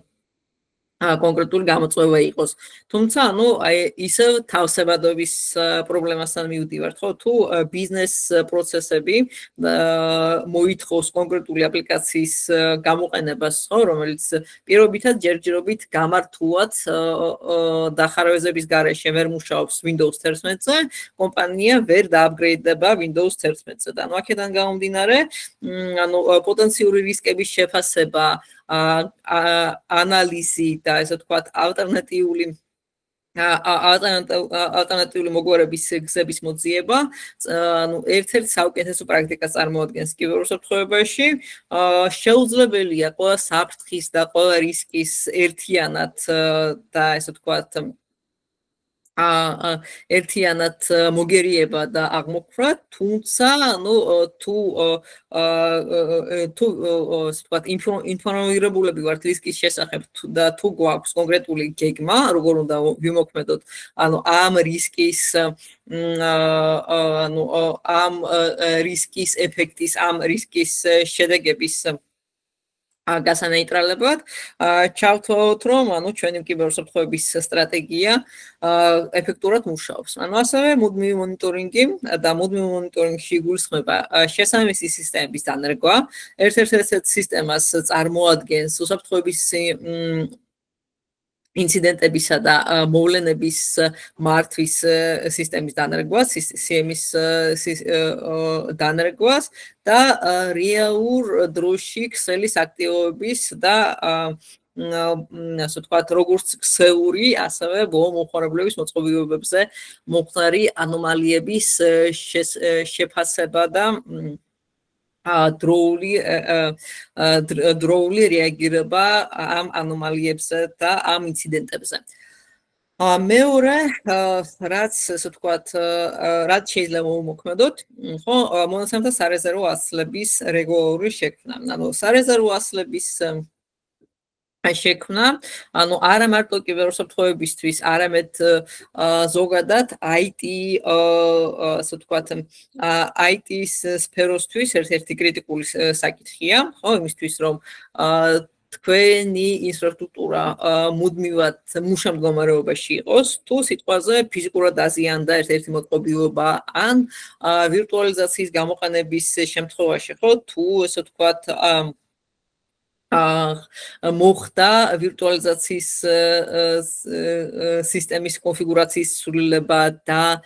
ვერ გაეშვა, ხო, ну ახალი კონფიგურაციით ვერ გაეშვა სასურველი სერვისი, ხო, ну ყოველთვის უნდა გქონდეთ ბეგეგმა, ხო, და სარეზერვო ასლი, რომ თქვენ სისტემებზე და თქვენს მონაცემებზე არ დაკარგოთ წვდომა და ასე ვთქვათ, თქვენი ნამუშევარი და არ დაკარგოთ ელემენტარულად რომ ვთქვათ. და ანუ სარეზერვო ასლების შექმნას და მართვას ჭირდება, ასე ვთქვათ, სისტემური მიდგომა, ანუ უნდა გქონდეთ მკაფიოდ განსაზღვრული გრაფიკი და პოლიტიკა, ხო, ну, რა სიხშირით უნდა შეიქმნას სარეზერვო ასლი, ვინაიდან ზოგ შემთხვევაში, ანუ კომპანიის ფიზიკური რესურსი შეიძლება, ასე ვთქვათ, შეიძლება არ იყოს გათვლილი დიდი მოცულობის სარეზერვო ასლების შენახვაზე და ანუ აქედან გამომდინარე, ანუ ოპტიმალურ კომპრომისზე უნდა შეთანხმდეს კომპანიის IT ინფრასტრუქტურის მართვმა პერსონალმა იმისთვის, რომ მინიმუმ წინადღების ან წინადღის ნამუშევარი დამონაცემები არ დაგეკარგოთ და დაუყოვნებლივ აღდგენა რომ შეგეძლოთ. ასევე, ну, უსაფრთხოების კუთხით სარეზერვო ასლების ტესტირება, ანუ პერიოდულად შექმნასთან ერთად აუცილებლად უნდა დაიტესტოს და შემოწმდეს სარეზერვო ასლის აღდგენის შესაძლებლობა, ხო, თუ პირობითად, ასე ვთქვათ, კომპაქტურ ფორმატში ბექაპი გაქვთ შენახული, მაგრამ ინციდენტის დადგომასთან ერთად, ხო, ანუ კრიტიკულ სიტუაციაში თუ ბექაპიდან ვერ შეძლებთ სისტემის ან მონაცემთა ბაზის აღდგენას, ხო, ანუ ჩათვალეთ, რომ თქვენი ბექაპირების პოლიტიკა ეფექტურად ვერ მუშაობს, რბილად რომ ვთქვათ. ანუ აქედან გამომდინარე, სარეზერვო ასლების შექმნასთან ერთად აუცილებელია შევამოწმოთ, რამდენად რეალისტურია ამ სარეზერვო ასლიდან მონაცემების ან კლიანტ სისტემის აღდგენა. უსაფრთხოების ინციდენტებზე რეაგირების გეგმის შემუშავება. ხო, ну, რაც თავიდან აღნიშნე, კიბერუსაფრთხოების დეპარტამენტი ყოველთვის პროაქტიულ რეჟიმში უნდა მუშაობდეს და წინასწარ განსაზღვრული უნდა გქონდეს პოტენციური საფრთხის, პოტენციური შეტევის, პოტენციური ინციდენტის დროს როგორ უნდა მოიქცეს. ანუ აქედან გამომდინარე, ხო, ну, კიბერუსაფრთხოების დეპარტამენტს უნდა გქონდეს შემუშავებული მკაფიო პროცედურა, მკაფიო გეგმა. როლების გადანაწილებით, ხო, ну, სიტყვაზე, როცა მოხდება პირველადი იდენტიფიკაცია ინციდენტის, რომელი თანამშრომელია, ან რომელი ქვედანაყოფი, ან რომელი დეპარტამენტი პასუხისმგებელია ინციდენტის გამოძიებაზე, ასევე, ანუ დროითი ჩარჩო უნდა განისაზღვროს, ანუ მინიმალური რეაგირების პერიოდი, იმ შემთხვევაში თუ კომპანიაში მოქმედებს security operation center-ი, ანუ ამ შემთხვევაში აუცილებელია ამ პარამეტრის განსაზღვრა და მკაცრად დაცვა. ასევე, ანუ შეზღუდვის პარამეტრი, ხო, ანუ ინციდენტის კიბერსოფტვერის ინციდენტის დროს აუცილებელია მინიმალურ დროში მოახდინოთ დაზიანებული ან ინფიცირებული სისტემების იზოლაცია იმისთვის, რომ მავნე პროგრამული უზრუნველყოფა არ გავხსნას ქსელში და შესაბამისად, ანუ სანამ მიმდინარეობს ინციდენტის გამოძიება, ინფრასტრუქტურის დანარჩენი, ხო, ანუ კომპონენტები, დანარჩენი ნაწილი ინფრასტრუქტურის უპრობლემოდ და შეუფერხებლად უნდა მუშაობდეს. და ასევე, ანუ აღდგენისთვის განსაზღვრული პროცედურა და აღდგენისთვის განსაზღვრული მაქსიმალური დრო, ხო? ანუ სიტყვაზე თუ კომპანიის სერვისები და კომპანიის ინფრასტრუქტურა გაჩერდა 5 წუთით ან 15 წუთით, შეიძლება ნაკლებად კრიტიკული იყოს, მაგრამ მთელი დღის განმავლობაში თუ სერვისები ხელმისაწვდომელია, აი პირობითად რო ვთქვათ, სადაზღვევო კომპანიის შემთხვევაში, ხო? თუ მომხმარებელთა ბაზაზე წვდომა არ აქვს, სადაზღვევო კომპანიას და ასე ვთქვათ, თავის კონტრაქტორ კომპანიებს, ხო, ну, შესაბამის მონაცემებს თუ ვერ აწვდის, ხო, ну, დაზღვევასთან დაკავშირებით ჩათვალეთ, რომ ანუ ყველა კონტრაქტორი, ყველა კლიენტი ამ სადაზღვევო კომპანიის, ანუ ავტომატურად ხდება ამ ინციდენტის მსხვერპლი, ხო, ну, მინიმუმ ბიზნეს პროცესის შეფერხების კუთხით და აქედან გამომდინარე, ну, ინციდენტებს რეაგირების გეგმაში კომპანიამ უნდა გაითვალისწინოს ну სამუშაო რეჟიმის აღდგენის, ასე ვთქვათ, მინიმალური პერიოდი და კრიტიკულად, ასე ვთქვათ, უსაფრთხო დრო, ხო, თუ სიტყვაზე შეგვიძლია და გვაქვს იმის რესურსი, რომ 1 საათში აღვადგინოთ შეუფერხებელი სერვისის მიწოდება ან მუშაობა, ანუ ესე იგი, ну, რა თქმა უნდა, კომპანიას და სერვისს გააჩნია, ესე იგი, ანუ ბიზნესი აგზავნებს მუშაობას, თუ ანუ გეგმა არ გვაქვს შედგენილი და ანუ ამ გეგმას არ მივყვებით, შეიძლება ერთ მშვენიერ კი არა და ცუდ დღეს, ხო, დავდგეთ სასტიკერეობის წინაშე და ჩვენმა ბიზნესმა როგორც რეპუტაციული, ასევე ფინანსური ზარალი ნახოს. უსაფრთხოების პოლიტიკების და პროცედურების დოკუმენტაცია, ხო, ანუ ჩვენ ვთქვით, რომ აუცილებელია გეგმის შემუშავება, ხო, ინციდენტებზე რეაგირების, თუმცა ანუ ასევე ანუ ყოველდღიური მუშაობისთვის, ხო, ანუ და უსაფრთხოების ნორმების და წესების დასაცავად აუცილებელია კომპანიაში დანერგილი იყოს უსაფრთხოების პოლიტიკა, იქნება ეს შიდა განაწესი თუ ანუ ქვეყნის მასშტაბით არსებული რეგულაციებით განპირობებული პოლიტიკა თუ გლობალური სტანდარტებით და რეგულაციებით განპირობებული პოლიტიკა, ხო, ანუ გააჩნია კომპანიის მასშტაბს, კომპანიის საქმიანობას და ასევე, ასე ვთქვათ, მარეგულირებელი ორგანოების მოთხოვნებს, უსაფრთხოების პოლიტიკა, ხო, კომპანიის ბიზნეს პროცესის განუყოფელ ნაწილს უნდა წარმოადგენდეს და კრიტიკულად მნიშვნელოვანია, რომ პოლიტიკა და პროცედურები, ხო, პოლიტიკის აღსრულების, ხო, დოკუმენტი კომპანიაში არსებობდეს და გარდა იმისა, რომ არსებობს, სრულდებოდეს ყოველდღიურ საქმიანობაში. და ბოლოს მომწოდებლების უსაფრთხოების შეფასება, ხო? ანუ ეგრეთ წოდებული third party risk assessment-ი, რაც რასაც შეიძლება სათანადო ყურადღება ვერ ექცევდეს კომპანიებში, თუმცა დღესდღეობით კრიტიკულად მნიშვნელოვანია ვიცოდეთ, რომ ჩვენი supplier-ები, ხო, ჩვენი მომწოდებლები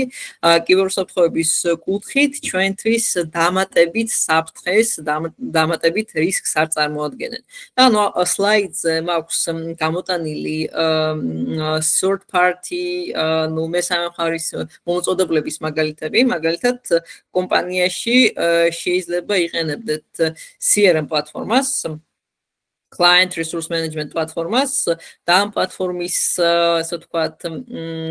სერვის გაწვდით სხვა კომპანია, ხო, ანუ CRM პლატფორმაში ინახება და CRM ბაზაში ინახება თქვენი მომხმარებლების მონაცემები, თქვენი საქმიანი დოკუმენტაცია, შეიძლება დოკუმენტ ბრუნვას იყოს მიბმული CRM პლატფორმაზე და როგორც კი, ხო, ანუ როგორც კი ასე ვთქვათ CRM პლატფორმა შეწყვეტს გამართულად მუშაობას და თქვენ დაგეკარგებათ მწდომა ამ კონკრეტულ ინსტრუმენტზე, ხო, თქვენი ბიზნეს პროცესიც შესაბამისად შეჩერდება ან მინიმუმ ასე ვთქვათ იმავე ეფექტურობით ვერ გააგრძელებთ ბიზნეს პროცესს. ამიტომაც ანუ ეს ერთ-ერთი ინსტრუმენტია, რომლის შეუფერხებლად მუშაობა და რომლის უსაფრთხოება თქვენი კომპანიის ბიზნესის ფუნქციონირებისთვის კრიტიკულად მნიშვნელოვანია. ასევე შეიძლება ანუ ამ მაგალითის მოსაყვანად შეიძლება ვახსენოთ digital marketing-ის სისტემები, ასევე ქსეულ უსაფრთხოების სისტემები, ასევე ანუ ის ანუ ასე ვთქვათ იმ სერვისების და იმ პლატფორმების მომწოდებელი კომპანიები, რომელიც ასე ვთქვათ ჩვენი სერვისების დისტრიბუციას ახორციელებენ, ან თუნდაც marketplace-ები, სადაც განთავსებულია ჩვენი სერვისები, ხო, მაგალითად, ანუ სარესტორნო ბიზნესისთვის, ან სიტყვაზე მაღაზიებისთვის მსგავს პლატფორმად შეიძლება მივიჩნიოთ marketplace-ად, შეიძლება მივიჩნიოთ იგივე Glovo ან Volt-ის პლატფორმა და შესაბამისად Glovo-თვის და Volt-ისთვის, ხო, ანუ ის კომპანიები, რომელიც ჩაბმულია ამ პლატფორმაში, წარმოადგენს, ასე ვთქვათ, და ამ კომპანიების მონიტორინგი და უსაფრთხოების სისტემების ასე ვთქვათ უსაფრთხოების სისტემების გამართული მუშაობა, ხო, ანუ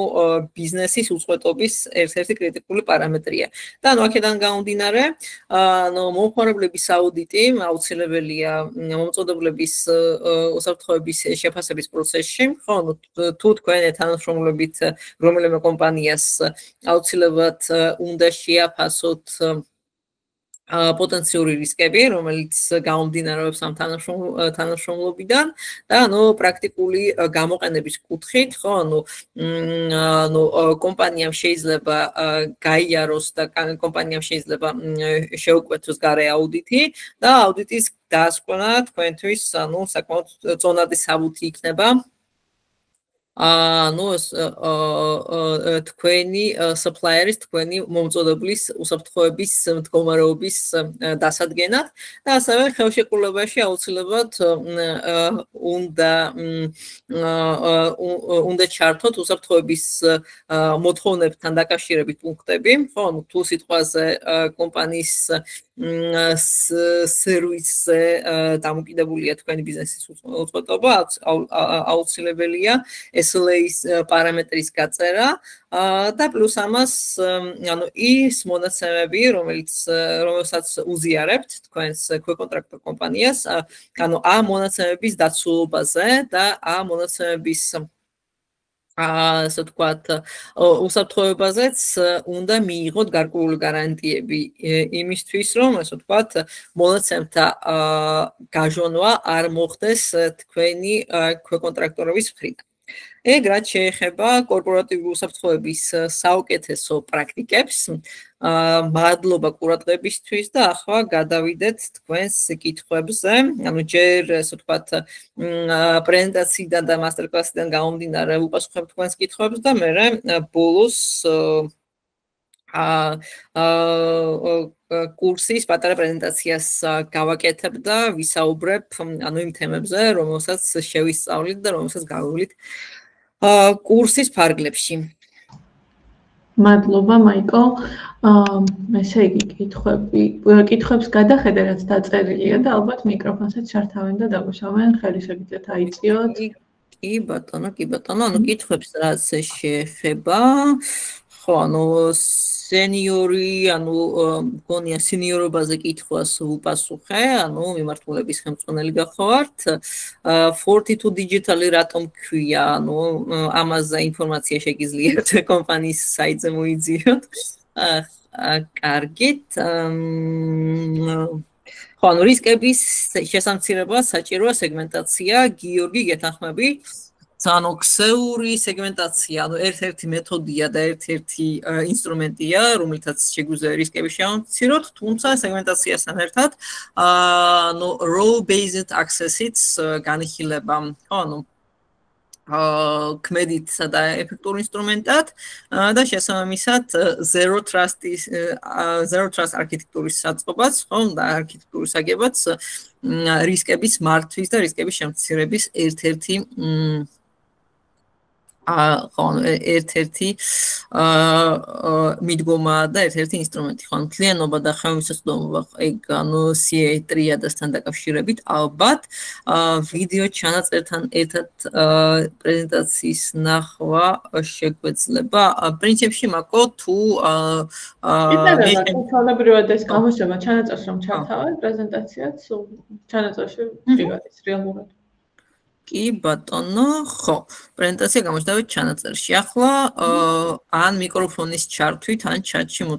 მოწერით. შეიძლება ხაიდი რომ აიწიოთ ოღონდ რომ ერთდროულად არ ჩართავს რამდენიმე. აბა. რომელი პრაქტიკა მოგეწონათ თქვენ? როგორ მოგეწონათ რა ისწავლეთ ახალი? გაგვიზიარეთ მოკლედ შთაბეჭდილება.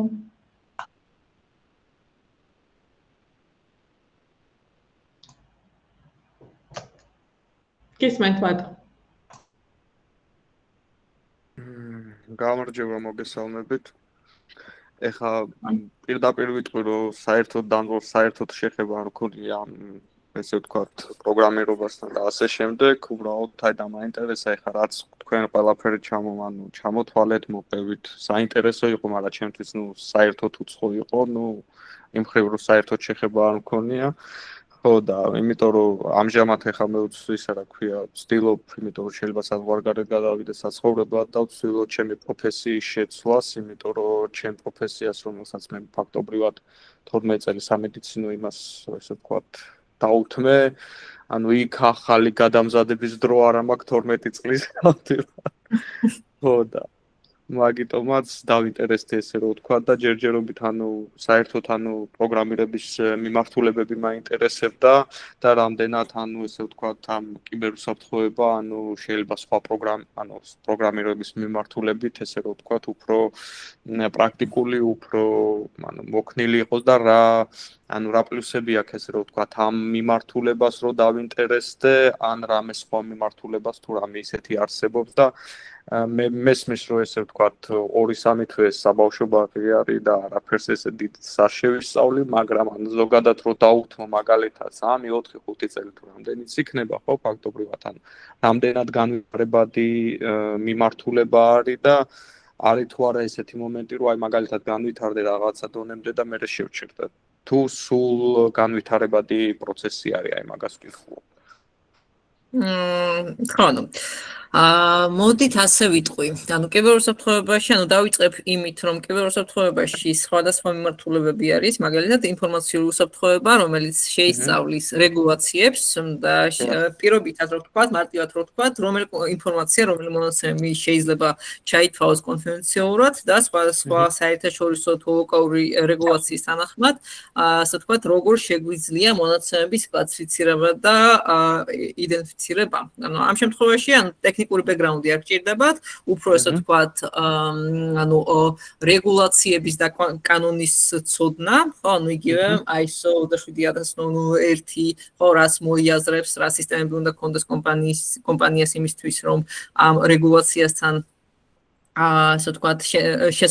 შესაბამისობაში მოდიოდეს. ანუ ამ შემთხვევაში, ინფორმაციული უსაფრთხოება, ინფორმაციული უსაფრთხოების შესწავლა ნაკლებ დროს მოითხოვს და ნაკლებ, ასე ვთქვათ, ტექნიკურ ჩართულობას, ტექნიკურ ბექგრაუნდს და შეიძლება უფრო გაგიადვილდეთ. ანუ ეს ერთი კიბერუსაფრთხოების, ასე ვთქვათ, აქტუალურობასთან დაკავშირებით დღესდღეობით, როგორც თქვი, იმ კომპანიებს, რომელსაც გააჩნია ციფრული სერვისები, მარტივად რო ვთქვათ, მობილური აპლიკაცია, საიტი, ნებისმიერი, ასე ვთქვათ, კომპანია, სადაც შეგიძლიათ თქვენი აკაუნტის რეგისტრაცია და, ასე ვთქვათ, დისტანციურ ფორმატში მიიღოთ ესა თუ ის სერვისი, ყველა ამ კომპანიას ჭირდება კიბერუსაფრთხოების, ასე ვთქვათ, კიბერუსაფრთხოების დეპარტამენტი ან მინიმუმ კიბერუსაფრთხოების თანამშრომელი იმისთვის, რომ მინიმუმ მომხმარებლების კლიენტების პირადი მონაცემები დაცული იყოს, ხო, ვინაიდან მინიმუმ ამას საქართველოს კანონმდებლობა არეგულირებს და თუ სიტყვაზე მე ინტერნეტ მაღაზია მაქვს და მყავს მომხმარებლების ბაზა და ჩემ მომხმარებლების პირადი მონაცემები ხო ჩემს კომპანიას გაცდა ხო კიბერდანაშაულება მოიპარა ან სიტყვაზე შემთხვევით ამეტვირთა cloud resource-ზე ან რამე მსგავსი მოხდა შესაბამისად კომპანია დაჯერიმდება და ან სიტყვაზე თუ არ ვითვალისწინებ არ ვითვალისწინებ რეგულაციებს პირადი მონაცემების დამუშავების პროცესში, ხო? ანუ მაგალითად სარეკლამო კომპანიას გაუზიარე ჩემი მომხმარებლების ბაზას. ჯარიმ ბოდიში გაგაწყვეტინებთ, ანუ უშუალოდ ის კომპანია ჯარიმდება, ვინც ამ საინფორმაციო უსაფრთხოებას პასუხისმგებლობას ვინც ატარებს ამ ინფორმაციულ კონფიდენციალობაზე, ესე რომ ვთქვათ, რომ რამდენად სწორად და გამართულად მუშაობს ეს სისტემა, ხო ესე არის? კომპანიის შიგნით დგება პასუხისმგებლობა და უნდა ყავდეს ესე ვთქვათ ასე ვთქვათ საქართველოში ასევე კრიტიკული ინფრასტრუქტურის სუბიექტებიც არსებობენ და კრიტიკული ინფრასტრუქტურის სუბიექტები როგორც მაგალითად სახელმწიფო სტრუქტურები, ფინანსური სტრუქტურები, ენერგეტიკასთან, ენერგეტიკის სფეროში მოღვაწე სუბიექტები, ამათთან კონკრეტული რეგულაციებია, რომ კიბერუსაფრთხოების კონტროლებიც უნდა იყოს დანერგილი, ასევე ინციდენტების მართვის სტრატეგია უნდა იყოს დანერგილი, ანუ ვთქვათ, საჭიროების შემთხვევაში შესაძლებელი უნდა იყოს ჩატარდეს გამოძიება და ინციდენტის გამოწვევი მიზეზების გაანალიზება მოხდეს. ანუ ეგ რაც შეეხება, რამდენად აქტუალურია და მოთხოვნადია კიბერუსაფრთხოების უშუალოდ ახლა ეს მომენტი იყოფა რამოდენიმე ნაწილად, პირველი, საინფორმაციო, ესე რომ ვთქვათ, კონფიდენციალური დაცვა და მეორე მიმართულება არის უშუალოდ მაგალითად კომპანიას უნდა რაღაც ესე ვთქვათ, საინფორმაციო პროგრამა შექმნა იმისთვის, რომ ეს ინფორმაცია შეინახოს და ასე შემდეგ. ეს ორი მიმართულებაა და კიდევ თუ მაგალითად რაღაცა ინციდენტი არის, როგორც თქვენ აღნიშნეთ ახლა მაგ ესე ვთქვათ, ისეთ კომპანიებში, ვინც ენერგეტიკაში მუშაობს, მაგათთვის იმ როგორ ვთქვათ, იმ პროდუქტის გაწევა, რომ ფაქტობრივად გამოდის მე მიწევს ამის გამოძიება თუ უბრალოდ თვითონ მე მიწევს ამ საქმესთან მუშაობა. ანუ მაგალითად თუ აი მაგალითად რაღაცა პრობლემა შეიქმნა მაგ იმაში რომ უშუალოდ მე უნდა იმას საქმნა თუ მე უნდა მივაწოდო ესე ვთქვათ სათანადო ინფორმაცია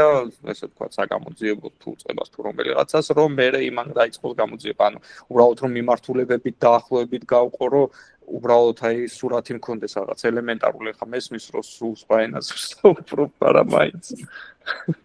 ну ამ შემთხვევაში ანუ თქვენთვის თქვენს წარმოდგენა რო შეგექმნათ ანუ კიბერუსაფრთხოების ანუ კომპანიის პასუხისმგებლობა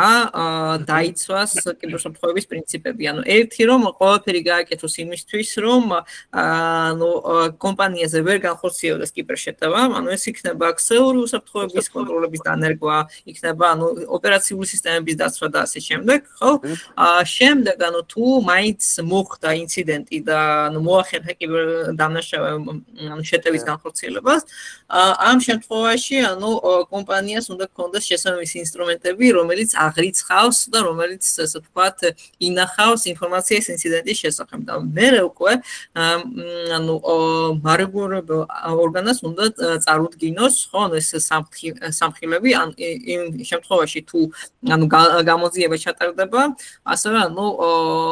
გამოძიებისთვის საჭირო არტეფაქტები რომ ასე ვთქვათ ერთი მივაგნოთ ხო ანუ კიბერდამნაშავეს და მეორე ანუ შემდგომში რომ მოხდეს მსგავსი შეტევების პრევენცია ანუ ერთ სეგმენტში და ეგ სექტორში მოღვაწე კომპანიებისთვის საფრთხეების იდენტური და მინიმუმ მსგავსია და შესაბამისად ერთ კომპანიაზე თუ მოხდა და განხორციელდა წარმატებული შეტევა ეს იმას ნიშნავს რომ სხვა კომპანიებმა უნდა გაითვალისწინონ ამ კომპანიის გათვალისწინება და გააძლიერონ კიბერუსაფრთხოების პრაქტიკები. ასევე ეს დავამატებ, რომ მუდმივად განვითარებად მიმართულება, ხო, როგორც კომპიუტერები ვითარდება ყოველდღიურად, ტელეფონები ვითარდება და უფრო კომპლექსური ხდება სისტემები, შესაბამისად, კიბერუსაფრთხოებას ყოველდღიურად, მით უმეტეს გლობალური მასშტაბით, მიდგომები, ასე ვთქვათ, სერვისები, ასევე აი cloud პლატფორმები ხო გრუპოვანი სისტემები მოიყვანა მაგალითად ხო რაც უფრო ფართოდ ვიწყებთ ამ სისტემების გამოყენებას მით უფრო ასე ვთქვათ იზრდება ამ სისტემებთან დაკავშირებული საფრთხეების რაოდენობა და ნაირსახეობები პლუს ამას სუპერკომპიუტერების ასე ვთქვათ განვითარება ხო ანუ დღესდღეობით მაგალითად კრიპტაციის და დაშიფვრის ალგორითმების აქტუალურობის საკითხი დგას იმიტომ რომ ანუ იგივე პაროლების გასატეხად თანამედროვე კომპიუტერებს და თანამედროვე პროცესორებს შეიძლება წამები და წამის მიასადი დაჭირდეს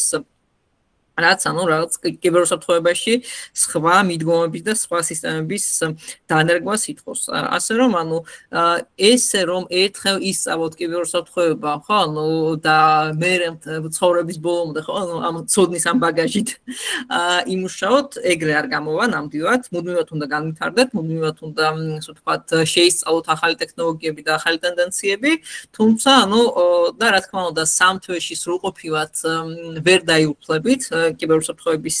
პროფესიას, თუმცა ანუ საწყის დონეზე, ანუ აი კითხვებს რო უპასუხებ სილაბუსას გაგიზიარებთ, ანუ საწყის დონეზე წარმოდგენა რო შეგექმნათ კიბერუსაფრთხოების რის დონეზე უკაცრავად არის მოდა? საწყის დონეზე რო შეგექმნათ წარმოდგენა, ანუ რა მიმართულებები არსებობს, რა დომეინები და რა ინსტრუმენტები, ანუ ზუსტად, ასე ვთქვათ, ამას განვიხილავთ კურსის ფარგლებში. და კიდევ ერთი კითხვა მაქვს, ანუ რამდენად ანუ ესე ვთქვათ დისტანციური არის, ანუ შესაძლებელი არის რომ მაგალითად იმიტომ რომ ესეთი თან ნუ ჩემი პროფესია მე ისედაც გამაჩნია უბრალოდ ანუ მინდა რომ თან შევასაბამო და რამდენად ესე რომ ვთქვათ დისტანციური არის და ნუ ეხლა ცოტა ისეთ კითხვას დავსვა მაინც ბოდიშ მოგიხდით რომ ანუ რამდენად ანაზღაურებადი არის აქ საქართველოში და მაგალითად მე თუ აი აქ მივიღე ეს განათლება და ესე რომ ვთქვათ დაუთმე ამას გარკვეული პერიოდი დრო და რაც ჩემთვის ანუ პირველ რიგში მოხუბრელია რომ სულ განვითარებადი არის რომ მაგალითად მე თუ წავედი საზღვარგარეთ ანუ თუ შემეძლება მან უშუალოდ ამ ცოდნის გამოყენება და რამე საბუთებიან ესე რომ ვთქვათ ეხა მესმის რომ ჩემი ასე ვთქვათ მაგისტრატურის სამედიცინო ის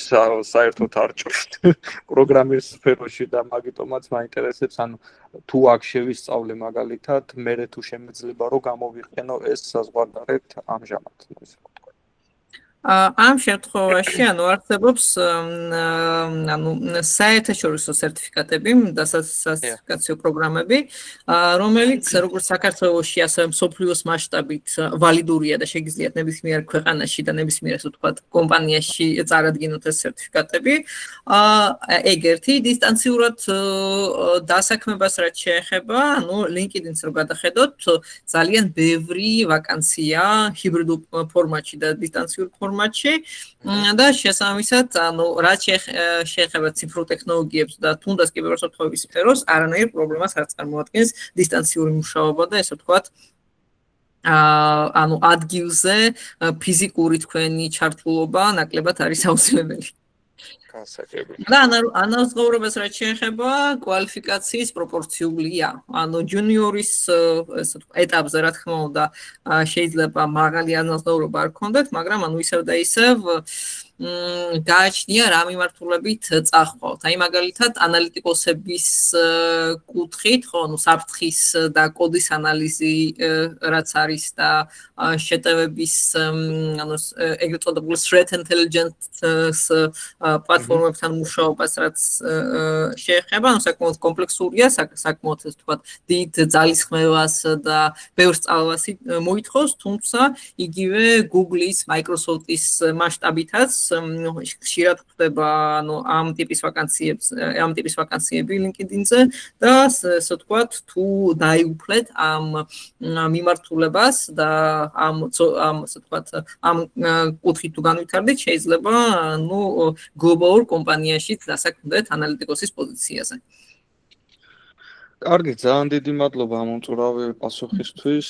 გავეცნობ თქვენ სილაბუსსაც და შემდგომ უკვე სხვა იმებსაც მიმართულებებსაც გავეცნობ და მე უკვე მივიღებ გადაწყვეტილებას. კი ბატონო, მადლობა კითხვისთვის. კარგით, დაუბრუნდეთ კითხვებს. თქვენი აზრით, რამდენად ან საერთოდ თუ გაიზრდება მოთხოვნა საქართველოში მომავალ წლებში კიბერუსაფრთხოების პროფესიებზე და კონკურენცია როგორ არის ამ მომენტში. ანუ მოთხოვნა აუცილებლად გაიზრდება, ვინაიდან ანუ დღესდღეობით ანუ კიბერუსაფრთხოების კადრებზე, ან კვალიფიციურ კადრებზე საკმაოდ მაღალია მოთხოვნა, ხო, თუნდაც ანუ სახელმწიფო რეგულაციებიდან გამომდინარე და თუნდაც იქიდან გამომდინარე, რომ კრიტიკული ინფრასტრუქტურის სუბიექტების ნუსხა იზრდება და ისედაც ანუ ბიზნესი ნელა იაზრებს და აცნობიერებს კიბერუსაფრთხოების სპეციალისტების აუცილებლობას კომპანიის სტაფში, ხო? ანუ ransomware ტიპის შეტევები ტყუილად არ მიხსენებია, როგორც მსოფლიო მასშტაბით, ასევე ანუ საქართველოს კომპანიების მაგალითზეც საკმაოდ გახშირდა მონაცემების დაშიფრვა და ესე ვთქვათ გამოსაწყიდის მოთხოვნა, მონაცემების წდომის დაბრუნების სანაცვლოდ და აქედან გამომდინარე, ხო, ანუ კონკურენცია არის, რა თქმა უნდა, კვალიფიციური კადრების ნაკლებობაც არის, ანუ ამაზე ძალიან ბევრს საუბრობენ, თუნდაც იგივე საბანკო სექტორის წარმომადგენლები, სახელმწიფო სტრუქტურების წარმომადგენლებიც და ანუ აქედან გამომდინარე დღესდღეობითაც უკვე ანუ ინფორმაციული უსაფრთხოების ოფიცრებზეც საკმაოდ დიდი მოთხოვნაა და პრაქტიკოს ტექნიკოსებზე, ინჟინრებზეც ძალიან დიდი მოთხოვნაა, ვინაიდან ანუ ინდუსტრია ვითარდება, საფრთხეების სირთულე ვითარდება და შეიძლება ჩვენი ესე ვთქვათ, ჩვენი სისტემები და ჩვენი კადრები ვერ ეწევიან ამ დინამიკას და ასე ვთქვათ, ამ განვითარებად ბაზარს. კონკურენცია არის, აი გიორგი ნაწილობრივ გასცა პასუხი კითხვას, კონკურენცია არის ოღონდ გამოცდილ კადრებზე, მინიმუმ 1 წლიანი სტაჟი უნდა გქონდეთ InfoSec-ზე, რომ აგიყვანონ 2 წელია ვცდილობ მაგ მაგრამ ჯერ ვერაფერი. ანუ ამ შემთხვევაში, ჩემი რჩევა იქნება სტაჟირების პროგრამებსაც მიაქციოთ ყურადღება, ვინაიდან ისევ და ისევ კადრების ნაკლებობის გამო ზოგ კომპანიას უღირს აიყვანოს კადრი დაასწავლოს, ან თუნდაც სტაჟირება გაატაროს, შემდეგ უკვე, ასე ვთქვათ, თუ ნახე პერსპექტიული ასე ვთქვათ, პერსპექტიული სტაჟორი თავისთვის დაიტოვოს. ამ შემთხვევაში, ძალიან ასე ვთქვათ, პრაქტიკული მაგალითია, TBC-ის აკადემია, დღესაც შეხვდა მგონი რისკ მენეჯმენტის კურსზე აქვთ გამოცხადებული ასე ვთქვათ კონკურსი, ხო, და რეგისტრაცია, მგონი მე-3-4 კურსის სტუდენტებზეა გათვლილი, თუმცა TBC-ის მაგალითზე შემიძლია ვთქვათ, რომ ასე ვთქვათ, თუ გაიარეთ შერჩევითი ეტაპი, სხვათა შორის სმარტ აკადემიის ყოფილი სტუდენტებიც იყვნენ კიბერუსაფრთხოების კურსზე TBC-ში და დღეს ზუსტად მაგაზე მქონდა TBC-ის წარმომადგენელთან საუბარი, რომ კარგი თაობა მოდის და რამოდენიმე, ასე ვთქვათ, სტუდენტი დავიტოვეთ ჩვენთან სამუშაოდ, თუმცა, პირველად ის ვთქვათ, მომზადების დონეც შესაბამისი უნდა იყოს იმისთვის, რომ დიდმა კომპანიამ და ასე ვთქვათ, ასეთმა კომერციულმა სტრუქტურამ ყურადღება მოგექციოთ და თქვენში ჩადოს თავისი ესე დროის და ფინანსური რესურსი. კურსის ფარგლებში სახელმწიფო სერვისების კიბერუსაფრთხოებას ეხებით, ამას სილაბუსის განხილვის დროს ვისაუბრებ, თუმცა ესე კონკრეტულად გამოყოფილ სახელმწიფო სერვისებს არ გვექნება საუბარი, უფრო ზოგად, ასე ვთქვათ, ზოგად დონეზე შევეხებით. თვეებში მომხდარ კიბერინციდენტების ფონზე კომპანიის წესით უნდა ისმოდეთ რამდენად მნიშვნელოვანი ახალი სპეციალისტების მომზადება მოთხოვნას მომდევნო წლებში სავარაუდოდ უნდა გაიზარდოს, გაიზრდება. კი ბატონო, მოსაფრთხოების ანტივირუსის დაყენება საჭირო როგორც ახსენეთ და მაინტერესებს არსებობს თუ არა შანსი იმისა, რომ თვითონ ანტივირუსი შეიცავდეს საფრთხეს და როგორ შეიძლება ამის ამოცნობა საიდან უნდა გავიგოთ სანდო თუ არა ესეთ თუ ის ანტივირუსი. ამ შემთხვევაში, პირველ რიგში, როცა ანტივირუსებზე და ზოგადად კიბერუსაფრთხოების კონტროლებზე გვაქვს საუბარი, გვაქვს ალტერნატივა, უფასო, open source თულების, open source ინსტრუმენტების გამოყენება, ან ფასიანი თულების გამოყენება. ანტივირუსის შემთხვევაში, დაკრეკილი და გატეხილი ანტივირუსი, ჩათვალეთ, რომ წამლის მაგივრად საწამლავს როსვავს და საწამლავს რო იღებთ, იგივე ეფექტია. ვინაიდან ესე რომ ვთქვათ, ლიცენზირებული პროგრამული უზრუნველყოფა,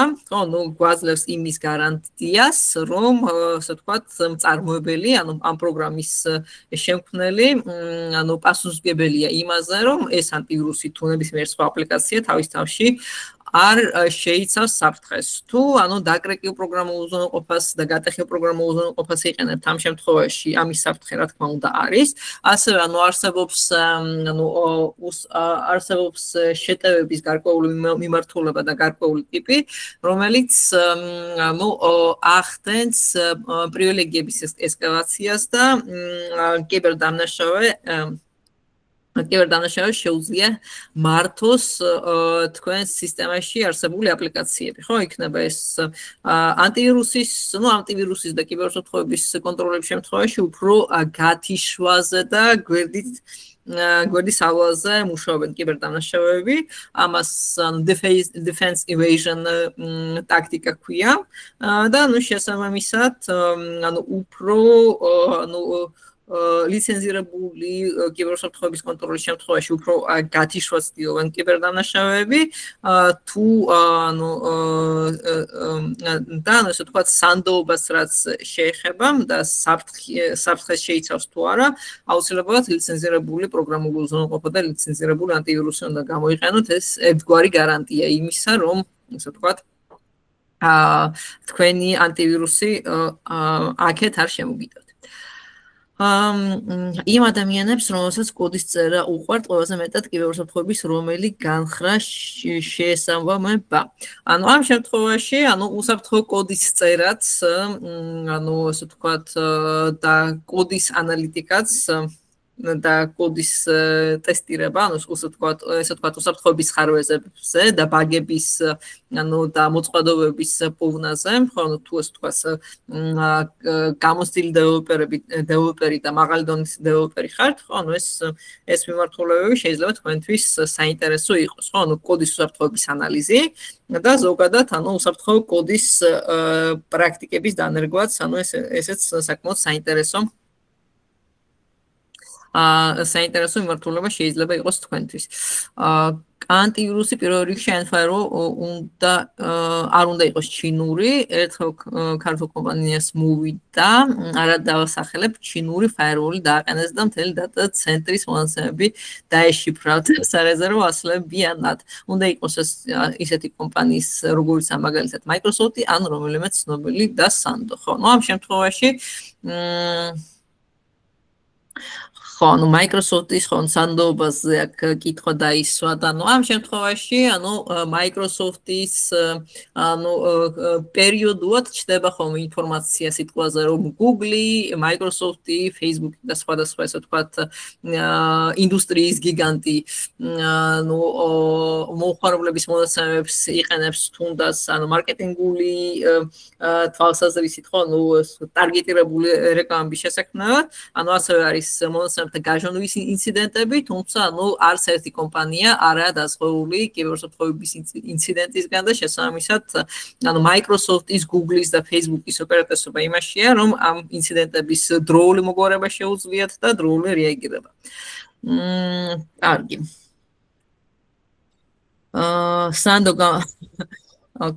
სანდო გამორთული კომპიუტერიც არა. კი ბატონო, გიორგის დავეთანხმები. გამარჯობა, ვარ კომპიუტერული მეცნიერებების სტუდენტი, მეორე კურსზე ვარ და მაინტერესებს სანამ უშუალოდ კიბერუსაფრთხოების მიმართულების განვაგრძობდი კარიერას, თქვენი მრავალწლიანი გამოცდილებით რა რჩევებს მოსცემ სტუდენტს ზოგადად კომპიუტერულ სფეროში, რა სკილებზე უნდა ვკონცენტრირდე. ლიზი, ჩემ შემთხვევაში მე გირჩევთ რომ პრაქტიკულ გამოყენებაზე გაამახვილოთ ყურადღება და მე პირადად ვიყენებ ისეთ პლატფორმებს, დღესაც ვიყენებ ისეთ პლატფორმებს, როგორც მაგალითად Hugzebox-ია, TryHackMe, LedDefense და ამ პლატფორმების ესე ვთქვათ, ამ პლატფორმების დადებითი და სასარგებლო მხარე იმაშია, რომ Duolingo-ს მსგავსად ყოველდღიურად რაღაც დავალებები უნდა შეასრულოთ, სტრიქი რომ მიიღოთ. როგორც TryHackMe-ის შემთხვევაში, ასევე LedDefense-ის და Hugzebox-ის პლატფორმების მაგალითზე, ხო, კიბერუსაფრთხოების ყველა მიმართულება არის განხილული, პრაქტიკული ჩელენჯები და პრაქტიკული დავალებები ყველა მიმართულებით არის ხელმისაწვდომი და ესე ვთქვათ, ყოველდღიური პრაქტიკით შეგიძლიათ აითვისოთ ის საკითხები, რომელიც აუცილებელია კიბერუსაფრთხოებისთვის, იქნება ეს კოდის ანალიზი, იქნება ეს თუნდაც ქსელური შეტევების, ასე ვთქვათ, დაბლოკვა ან სიტყვაზე ფაერვოლის სწორი კონფიგურაცია, ხო? ამ შემთხვევაში უამრავი, ესე ვთქვათ, უამრავი მიმართულება და უამრავი ოფცია, რაც შეიძლება შეისწავლოთ და რა მიმართულებითაც შეიძლება განვითარდეთ, თუმცა ამ ყოველდღიური პატარ-პატარა დავალებების შესრულებით თქვენ უფრო გაერკვევით თქვენ რა გაინტერესებთ და რა მიმართულებით გსურთ თქვენი კარიერის გაგრძელება. თან კომპიუტერული მეცნიერებების შემთხვევაში შეიძლება უფრო ღრმა ტექნიკური თემები დაინტერესდეთ და თუნდაც პროგრამული უზრუნველყოფის შექმნა იქნება ან სიტყვაზე open source tools შექმნა იქნება. უამრავი ოფცია და უამრავი შესაძლებლობა.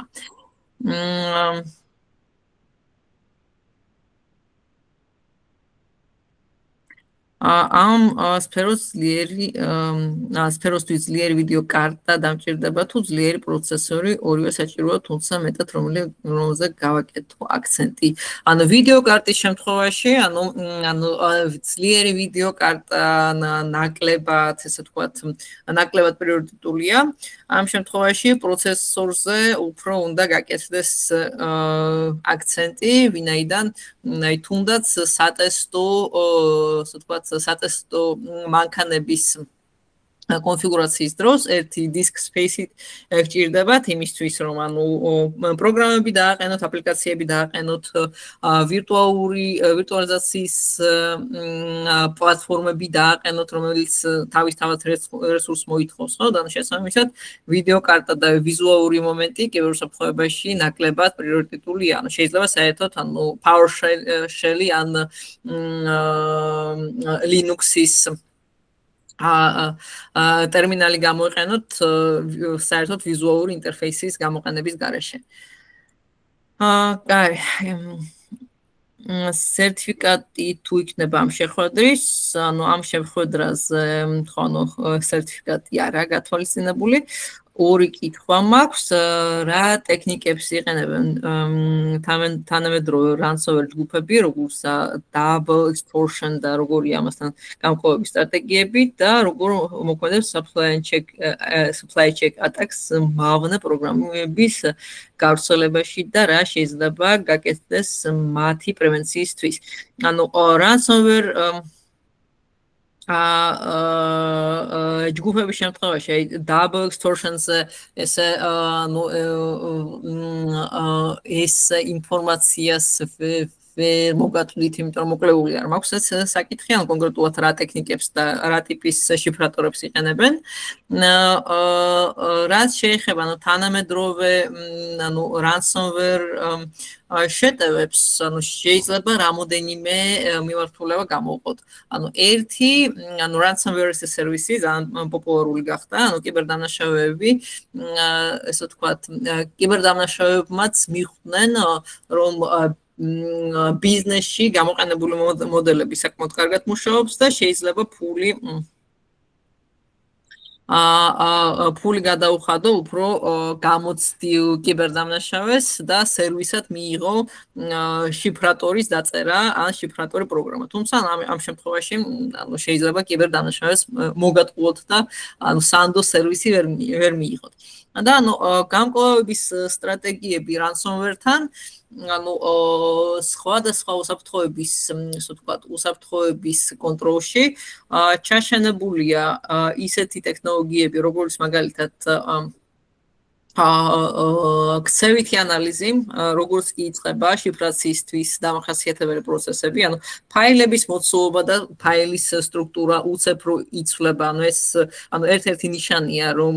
სისტემა ან ფაილი იშიფრება და შესაბამისად ხდება პროცესის, ანუ kill პროცესით და ანუ ასე ვთქვათ, ან ჰოსტის იზოლაციით ხდება პროცესის შეჩერება, ასევე ანუ სხვადასხვა solution-ი იყენებს ან in-memory backups, ხო, ანუ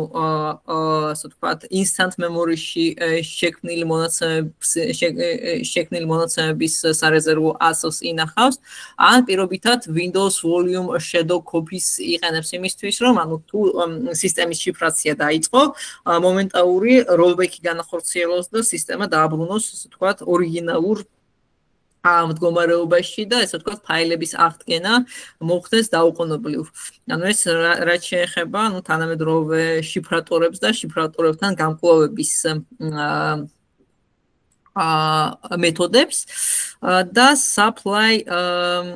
chain attack მავნე პროგრამული უზრუნველყოფის გავრცელებას რაც შეეხება ანუ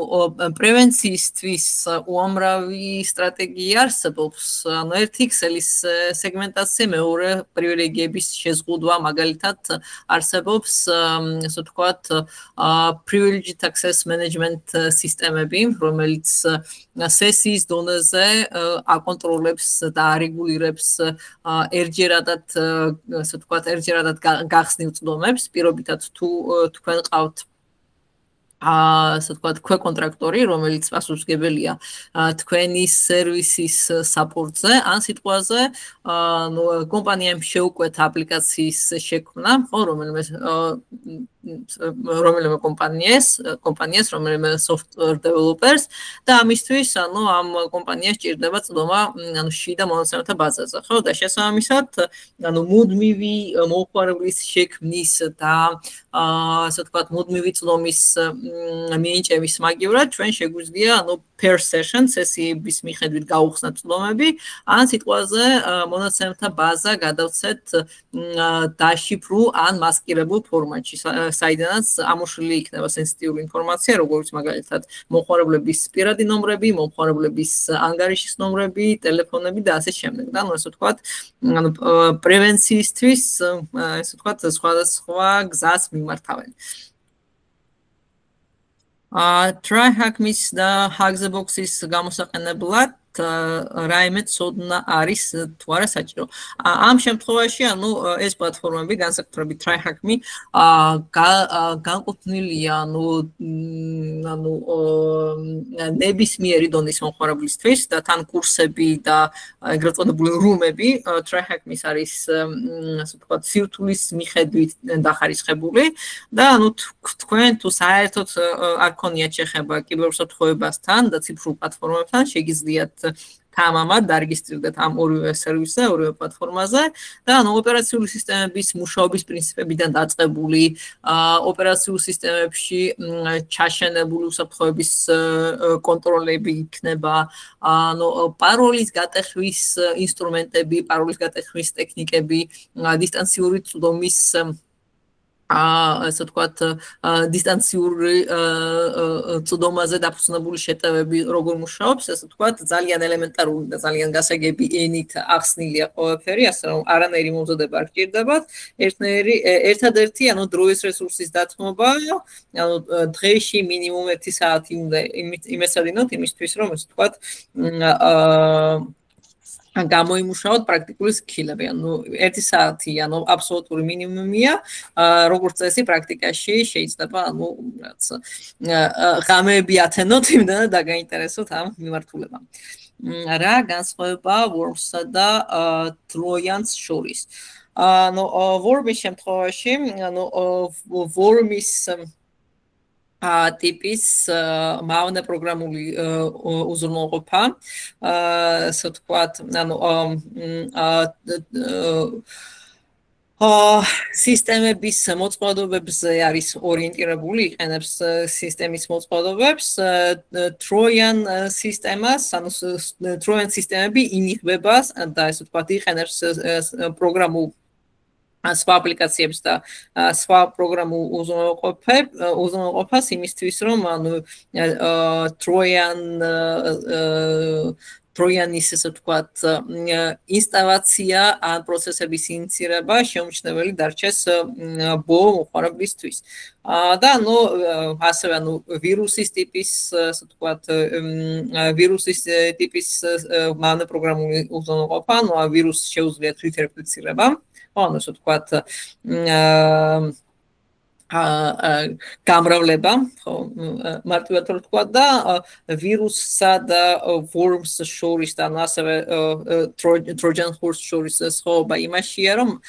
Worms არ ჭირდება მატარებელი, ანუ სხვა აპლიკაცია იმისთვის, რომ გაეშვას. ანუ დამოუკიდებელი ერთეულია და სისტემაში შეუძლია დამოუკიდებლად მოხდეს და დამოუკიდებლად დაინსტალირდეს და მოახდინოს სისტემური ცვლილებები. როცა ვირუსს და ტროიანს მატარებელი ჭირდება.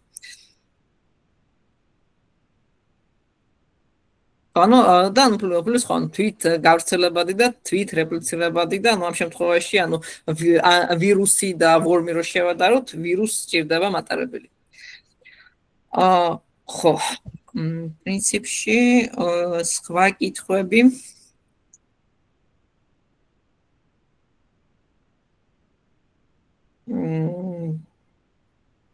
მოდით მე კი ბატონო ოთარ გამარჯობათ, მაინტერესებს უშუალოდ კურსთან დაკავშირებით ანუ პრაქტიკული თუ შედის და რა შედის ძირითადად, ანუ თეორია არის ძირითადად თუ პრაქტიკული და რა ნაწილი შედის უფრო ასე ვთქვათ, blue team-ის სამუშაოები თუ red team-ის სამუშაოები. ეგ მაინტერესებს ძალიან. კი ბატონო, კურსის, ანუ ამ კურსის შემთხვევაში ერთი წამით ეიფარ სილაბუსსაც გაგიზიარებთ. გაზიარებულ ეკრანზე. ანუ ამ კურსის შემთხვევაში კონცენტრაციას უფრო blue team-ზე გავაკეთებთ. და თავდაცვით უსაფრთხოებაზე. პრაქტიკულ ნაწილს რაც შეეხება, პრაქტიკულ ნაწილში, ანუ ჩვენი ერთ-ერთი ლექცია მიეძღვნება ვირტუალიზაციას და ასევე ანუ VMware-ის და VirtualBox-ის პლატფორმის ინსტალაციას და შემდეგ უკვე ანუ შევძლებთ თუნდაც ან phishing მეილების გაანალიზებას, sandbox, ну მთლად ახლა sandbox გარემოს არ შევქმნით, მაგრამ cloud sandbox-ებს გამოვიყენებთ და sandbox გარემოში მოვახდენთ ანუ ესე ვთქვათ საფრთხეების ანალიზს. ეხლა რაც შეეხება უშუალოდ კურსის სილაბუსს და თემებს, ანუ ვისაუბრებთ კიბერუსაფრთხოების ასე ვთქვათ სახეობებზე, ანუ პირველ რიგში ანუ რითი განსხვავდება თავდასხმითი და თავდაცვითი უსაფრთხოება, ანუ კორპორატიული უსაფრთხოების საფუძვლებს გავივლით, ხო, ანუ აქტივების ინვენტარიზაცია, რაც წარმოადგენს და რა ინსტრუმენტებით ხორციელდება, ანუ ისა და ისა სარეზერვო ასლების შექმნა, phishing-ის პრევენცია, online სერვისების დაცვა, patching-ი, პრობლემების კონტროლი, რისკების ანალიზი, ქსელის დაცვა და IT უსაფრთხოების ინიციატივების მართვა. ანუ ინფორმაციულ უსაფრთხოებაზე, ხო, ანუ კომპონენტები ინფორმაციული უსაფრთხოების სახელმწიფო დოკუმენტაცია, უსაფრთხოების მენეჯმენტის ასე ვთქვათ კონცეფციები და მითითებები, კონტროლის მექანიზმები და უსაფრთხოების გამოყენების პრინციპები, ანუ ეს რაც შეეხება ინფორმაციულ უსაფრთხოებას და ინფორმაციულ უსაფრთხოების სტანდარტების დანერგვას კომპანიაში, სისტემური უსაფრთხოება, ანუ ოპერაციული სისტემების, ანუ სხვადასხვა ოპერაციული სისტემისთვის სპეციფიური უსაფრთხოების ნორმებით და უსაფრთხოების კონტროლებს განვიხილავთ, ასევე პროცესების და მეხსიერების მენეჯმენტს, ფაილების და ქსელების მენეჯმენტს, ანუ პატჩების მენეჯმენტი, ანუ ამ შემთხვევაში უფრო ესე ვთქვათ, ოპერაციულ სისტემაზე დამოკიდებული და სპეციფიკა პატჩ მენეჯმენტის. ასევე ანუ ლოგების მართვა და შენახვა, ვისაუბრებთ Linux-ის და Windows სისტემების საფუძვლებზე, ხო, ანუ Linux-ის შემთხვევაში, თუ Linux სისტემებთან შეხება გქონიათ, ძირითად ბრძანებებს გავივლით და ანუ ნავიგაცია როგორ ხდება რა კომპონენტებისგან და რა დირექტორიებისგან შედგება. Windows სისტემების შემთხვევაში, ხო, ანუ command lines, ფაილური სისტემის სტრუქტურაზე ვისაუბრებთ ასევე, ანუ Windows-ის სერვისებზე, რომელიც შეიძლება გამოყენებულ იქნას და რომელიც გამოიყენება უსაფრთხოების ამოცანებში. ქსელის საფუძვლებზე ვისაუბრებთ, ხო, ანუ ისევ და ისევ კურსი გათვლილია იმაზე, რომ აქამდე ინფორმაციულ ტექნოლოგიებთან შეხება თუ არ გქონიათ, ანუ ამ საკითხებსაც გავივლით, ხო, ანუ OCI მოდელი, TCP/IP მოდელი, ქსელის სტრუქტურა, ანუ ტოპოლოგიების გამოყენება. ანუ აქტივ დირექტორიის საფუძვლები, ანუ რისთვის გამოიყენება, როგორ მუშაობს და კიბერუსაფრთხოებაში, ანუ რა არის აქტივ დირექტორიაზე მომართული შეტევები და როგორ უნდა მოვახდინოთ ამ ტიპის შეტევების პრევენცია, ვირტუალიზაციის საფუძვლები, ანუ ვისაუბრობთ ანუ ძირითადად იმ პლატფორმებზე, რომელიც შეიძლება გამოიყენოთ ვირტუალურ გარემოს შესაქმნელად, ვინაიდან ასე ვთქვათ,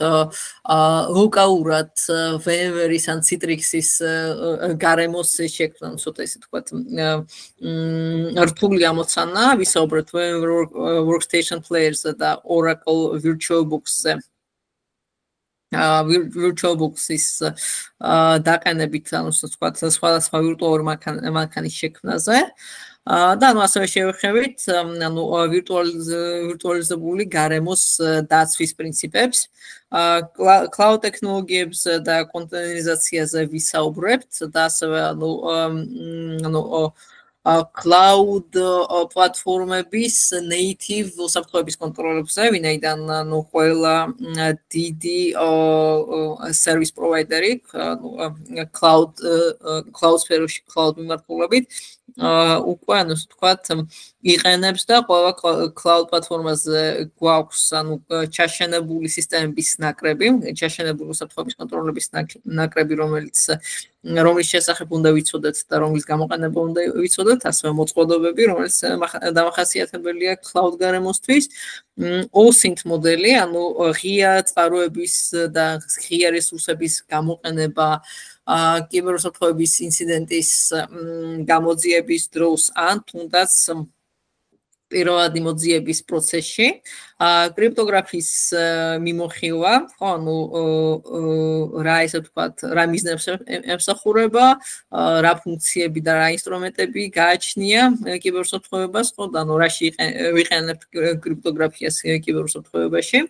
ავთენტიფიკაციის, ავტორიზაციის მოდელები, ხო, და პაროლების მართვა, მოწყობილობების მართვა, რაც ანუ პირდაპირ კავშირში რაც არის მოწყობილობებთან, მავნე პროგრამული უზრუნველყოფის ანალიზი, ანუ ასე ვთქვათ, დინამიური ანალიზის და სტატიკური ანალიზის შედარება, ანუ ასევე cloud sandbox-ების პლატფორმების გამოყენება და ანუ რამდენიმე პრაქტიკული მაგალითების გამოყენება. საბოლოო წერტილების დაცვა, ანუ უსაფრთხოების კონტროლების სპეციფიკას რაც შეეხება საბოლოო წერტილების დაცვა, ქსელის დაცვა, ვებ აპლიკაციების დაცვა, Linux for Blue Teams, ამ შემთხვევაში, ანუ სატესტო გარემოში, ანუ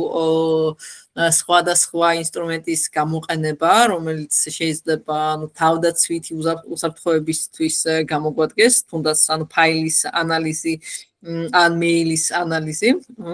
იგივე, ანუ cyber threat intelligence-ის ცნება და cyber threat პლატფორმების მაგალითზე, ანუ cyber threat intelligence-ის გამოყენება სხვადასხვა უსაფრთხოების კონტროლთან, კი ბატონო თარ, კითხვა გქონდათ და ბარემ გიპასუხებთ.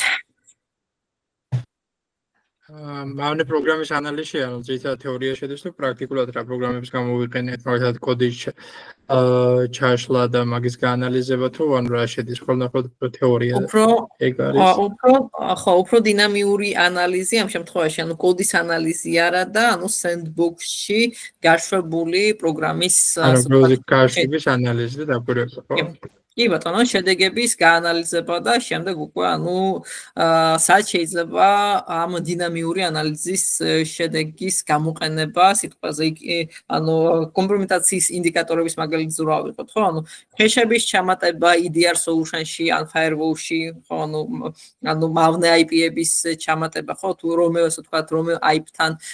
და command and control server-თან კომუნიკაციაზე გადის ეს კონკრეტული პროგრამული უზრუნველყოფა და ანუ ასე ანუ უფრო დინამიური ანალიზის მაგალითებს განვიხილავთ. ხო, ანუ ფიშინგი და სოციალური ინჟინერია, ამ შემთხვევაში ვისაუბრებთ სოციალური ინჟინერიის ვექტორებზე, გავაანალიზებთ ანუ მეილების ფაილებს, ასევე ანუ პრაქტიკულად ვივარჯიშებთ ფიშინგ მეილების ამოცნობაზე, ანუ ეს ერთ-ერთი ისე ვთქვათ სახალისო და საინტერესო ლექცია. CM სისტემები და ლოგის მართვა, ანუ როგორ შეგვიძლია ანუ შიდა კორპორატიული ასე ვთქვათ სისტემის მაგალითზე CM-ში ჩაბმული სისტემების ასე ვთქვათ ერთობლივი გამოყენება და პლუს ანუ მარტივ მაგალითზე, ხო, ну CM-დან მიღებული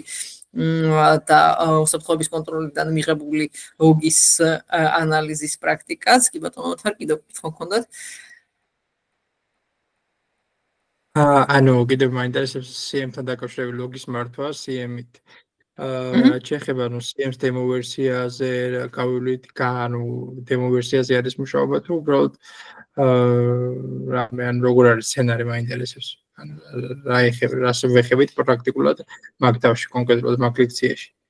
ამ ლექციაში ვეხებით CM-ის არქიტექტურას და open source CM-ებს განვიხილავთ, რომლის გამოყენება, CM-ის გამოყენების შემთხვევაში, გვაქვს, ასე ვთქვათ, რამოდენიმე პრაქტიკული ინსაიტი და ერთი, თვითონ CM-ის აწევა, სისტემის და გაშვება, სხვადასხვა კონტროლის ჩაბმა, რომ CM-ს შეეძლოს სხვადასხვა კონტროლიდან შემოსული ოგის აღქმა, კორელაცია და პროცესინგი და ასევე ოგის პარსინგი, ასევე დეტექციის სრულების გაწერა და უფრო ამას შევეხებით, ვინაიდან პრაქტიკულ მაგალითზე CM სისტემის აწყობა ცოტა კომპლექსური ამოცანაა და ასე ვთქვათ ერთ ლექციაშიც ასე ვთქვათ ვერ დავფარავთ ამ თემას და პლუს ამას პრაქტიკულ გამოცდილებასაც მოითხოვს. ამ შემთხვევაში უფრო დეტექციის და კორელაციის სრულებს განვიხილავთ და ასევე CM-ის მუშაობის პრინციპებს და ნაირსახეობებს. MyTrace framework-ის გამოყენების საფუძვლები, ზოგადად რა წარმოადგენს MyTrace framework-ი და როგორ შეუძლია კომპანიაში, კომპანიის გარეთ მომუშავებულ უბრალოდ Red Teams და კომპანიაში მოღვაწე Blue Teams MyTrace framework-ის გამოყენება, ასევე საფრთხეების და შეტევის ტაქტიკების და ტექნიკების mapping-ი, ასე ვთქვათ, დატანა MyTrace ასე ვთქვათ, MyTrace frameworks და ასე ვთქვათ, MyTrace მატრიცაზე. Breach and attack simulation-ის საფუძვლები, ამ შემთხვევაში Red Canary-ის მაგალითზე განვიხილავთ შეტევების სიმულაციას და breach and attack ინსტრუმენტების ინსტრუმენტების ნაირსახეობებს და ვარიაციებს და პრინციპში ამ ორი ლექციით შევეხებით თავდასხმით უსაფრთხოებას და შეტევების სიმულაციების მარტივ პრაქტიკას. რაც შეეხება, ასე ვთქვათ, პრაქტიკულ დავალებებს OSINT-ზე გვექნება, ძალიან საინტერესო პრაქტიკულ დავალება, ასევე აქტიურად გამოვიყენებთ online tool-ებს ანალიტიკისთვის და ასევე detection rule-ებზე ვისაუბრებთ და კონფიგურაციის rule-ებზე ვისაუბრებთ, რაც შეიძლება გამოგადგეთ უსაფრთხოების კონტროლებთან მუშაობისას. პრინციპში, კურსთან დაკავშირებით კითხვები თუ გაქვთ? კრიპტოგრაფიას საფუძვლიანად არ ვასწავლით, კრიპტოგრაფიის პრინციპებზე უნდა ვისაუბროთ ერთი ლექციის ფარგლებში, ძირითადად public და private keys სიმეტრიული ასიმეტრიული ასე ვთქვათ, შიფრაციის პრინციპებზე და სხვაობებზე უნდა ვისაუბროთ, სად გამოიყენება, ასე ვთქვათ, ციფრული სერტიფიკატების სპეციფიკაზე უნდა ვისაუბროთ და ასე ვთქვათ, კრიპტოგრაფიის პრაქტიკულ გამოყენებაზე, ვიდრე კრიპტოგრაფიის ალგორითმებზე და ასე ვთქვათ, მათემატიკურ წესებზე.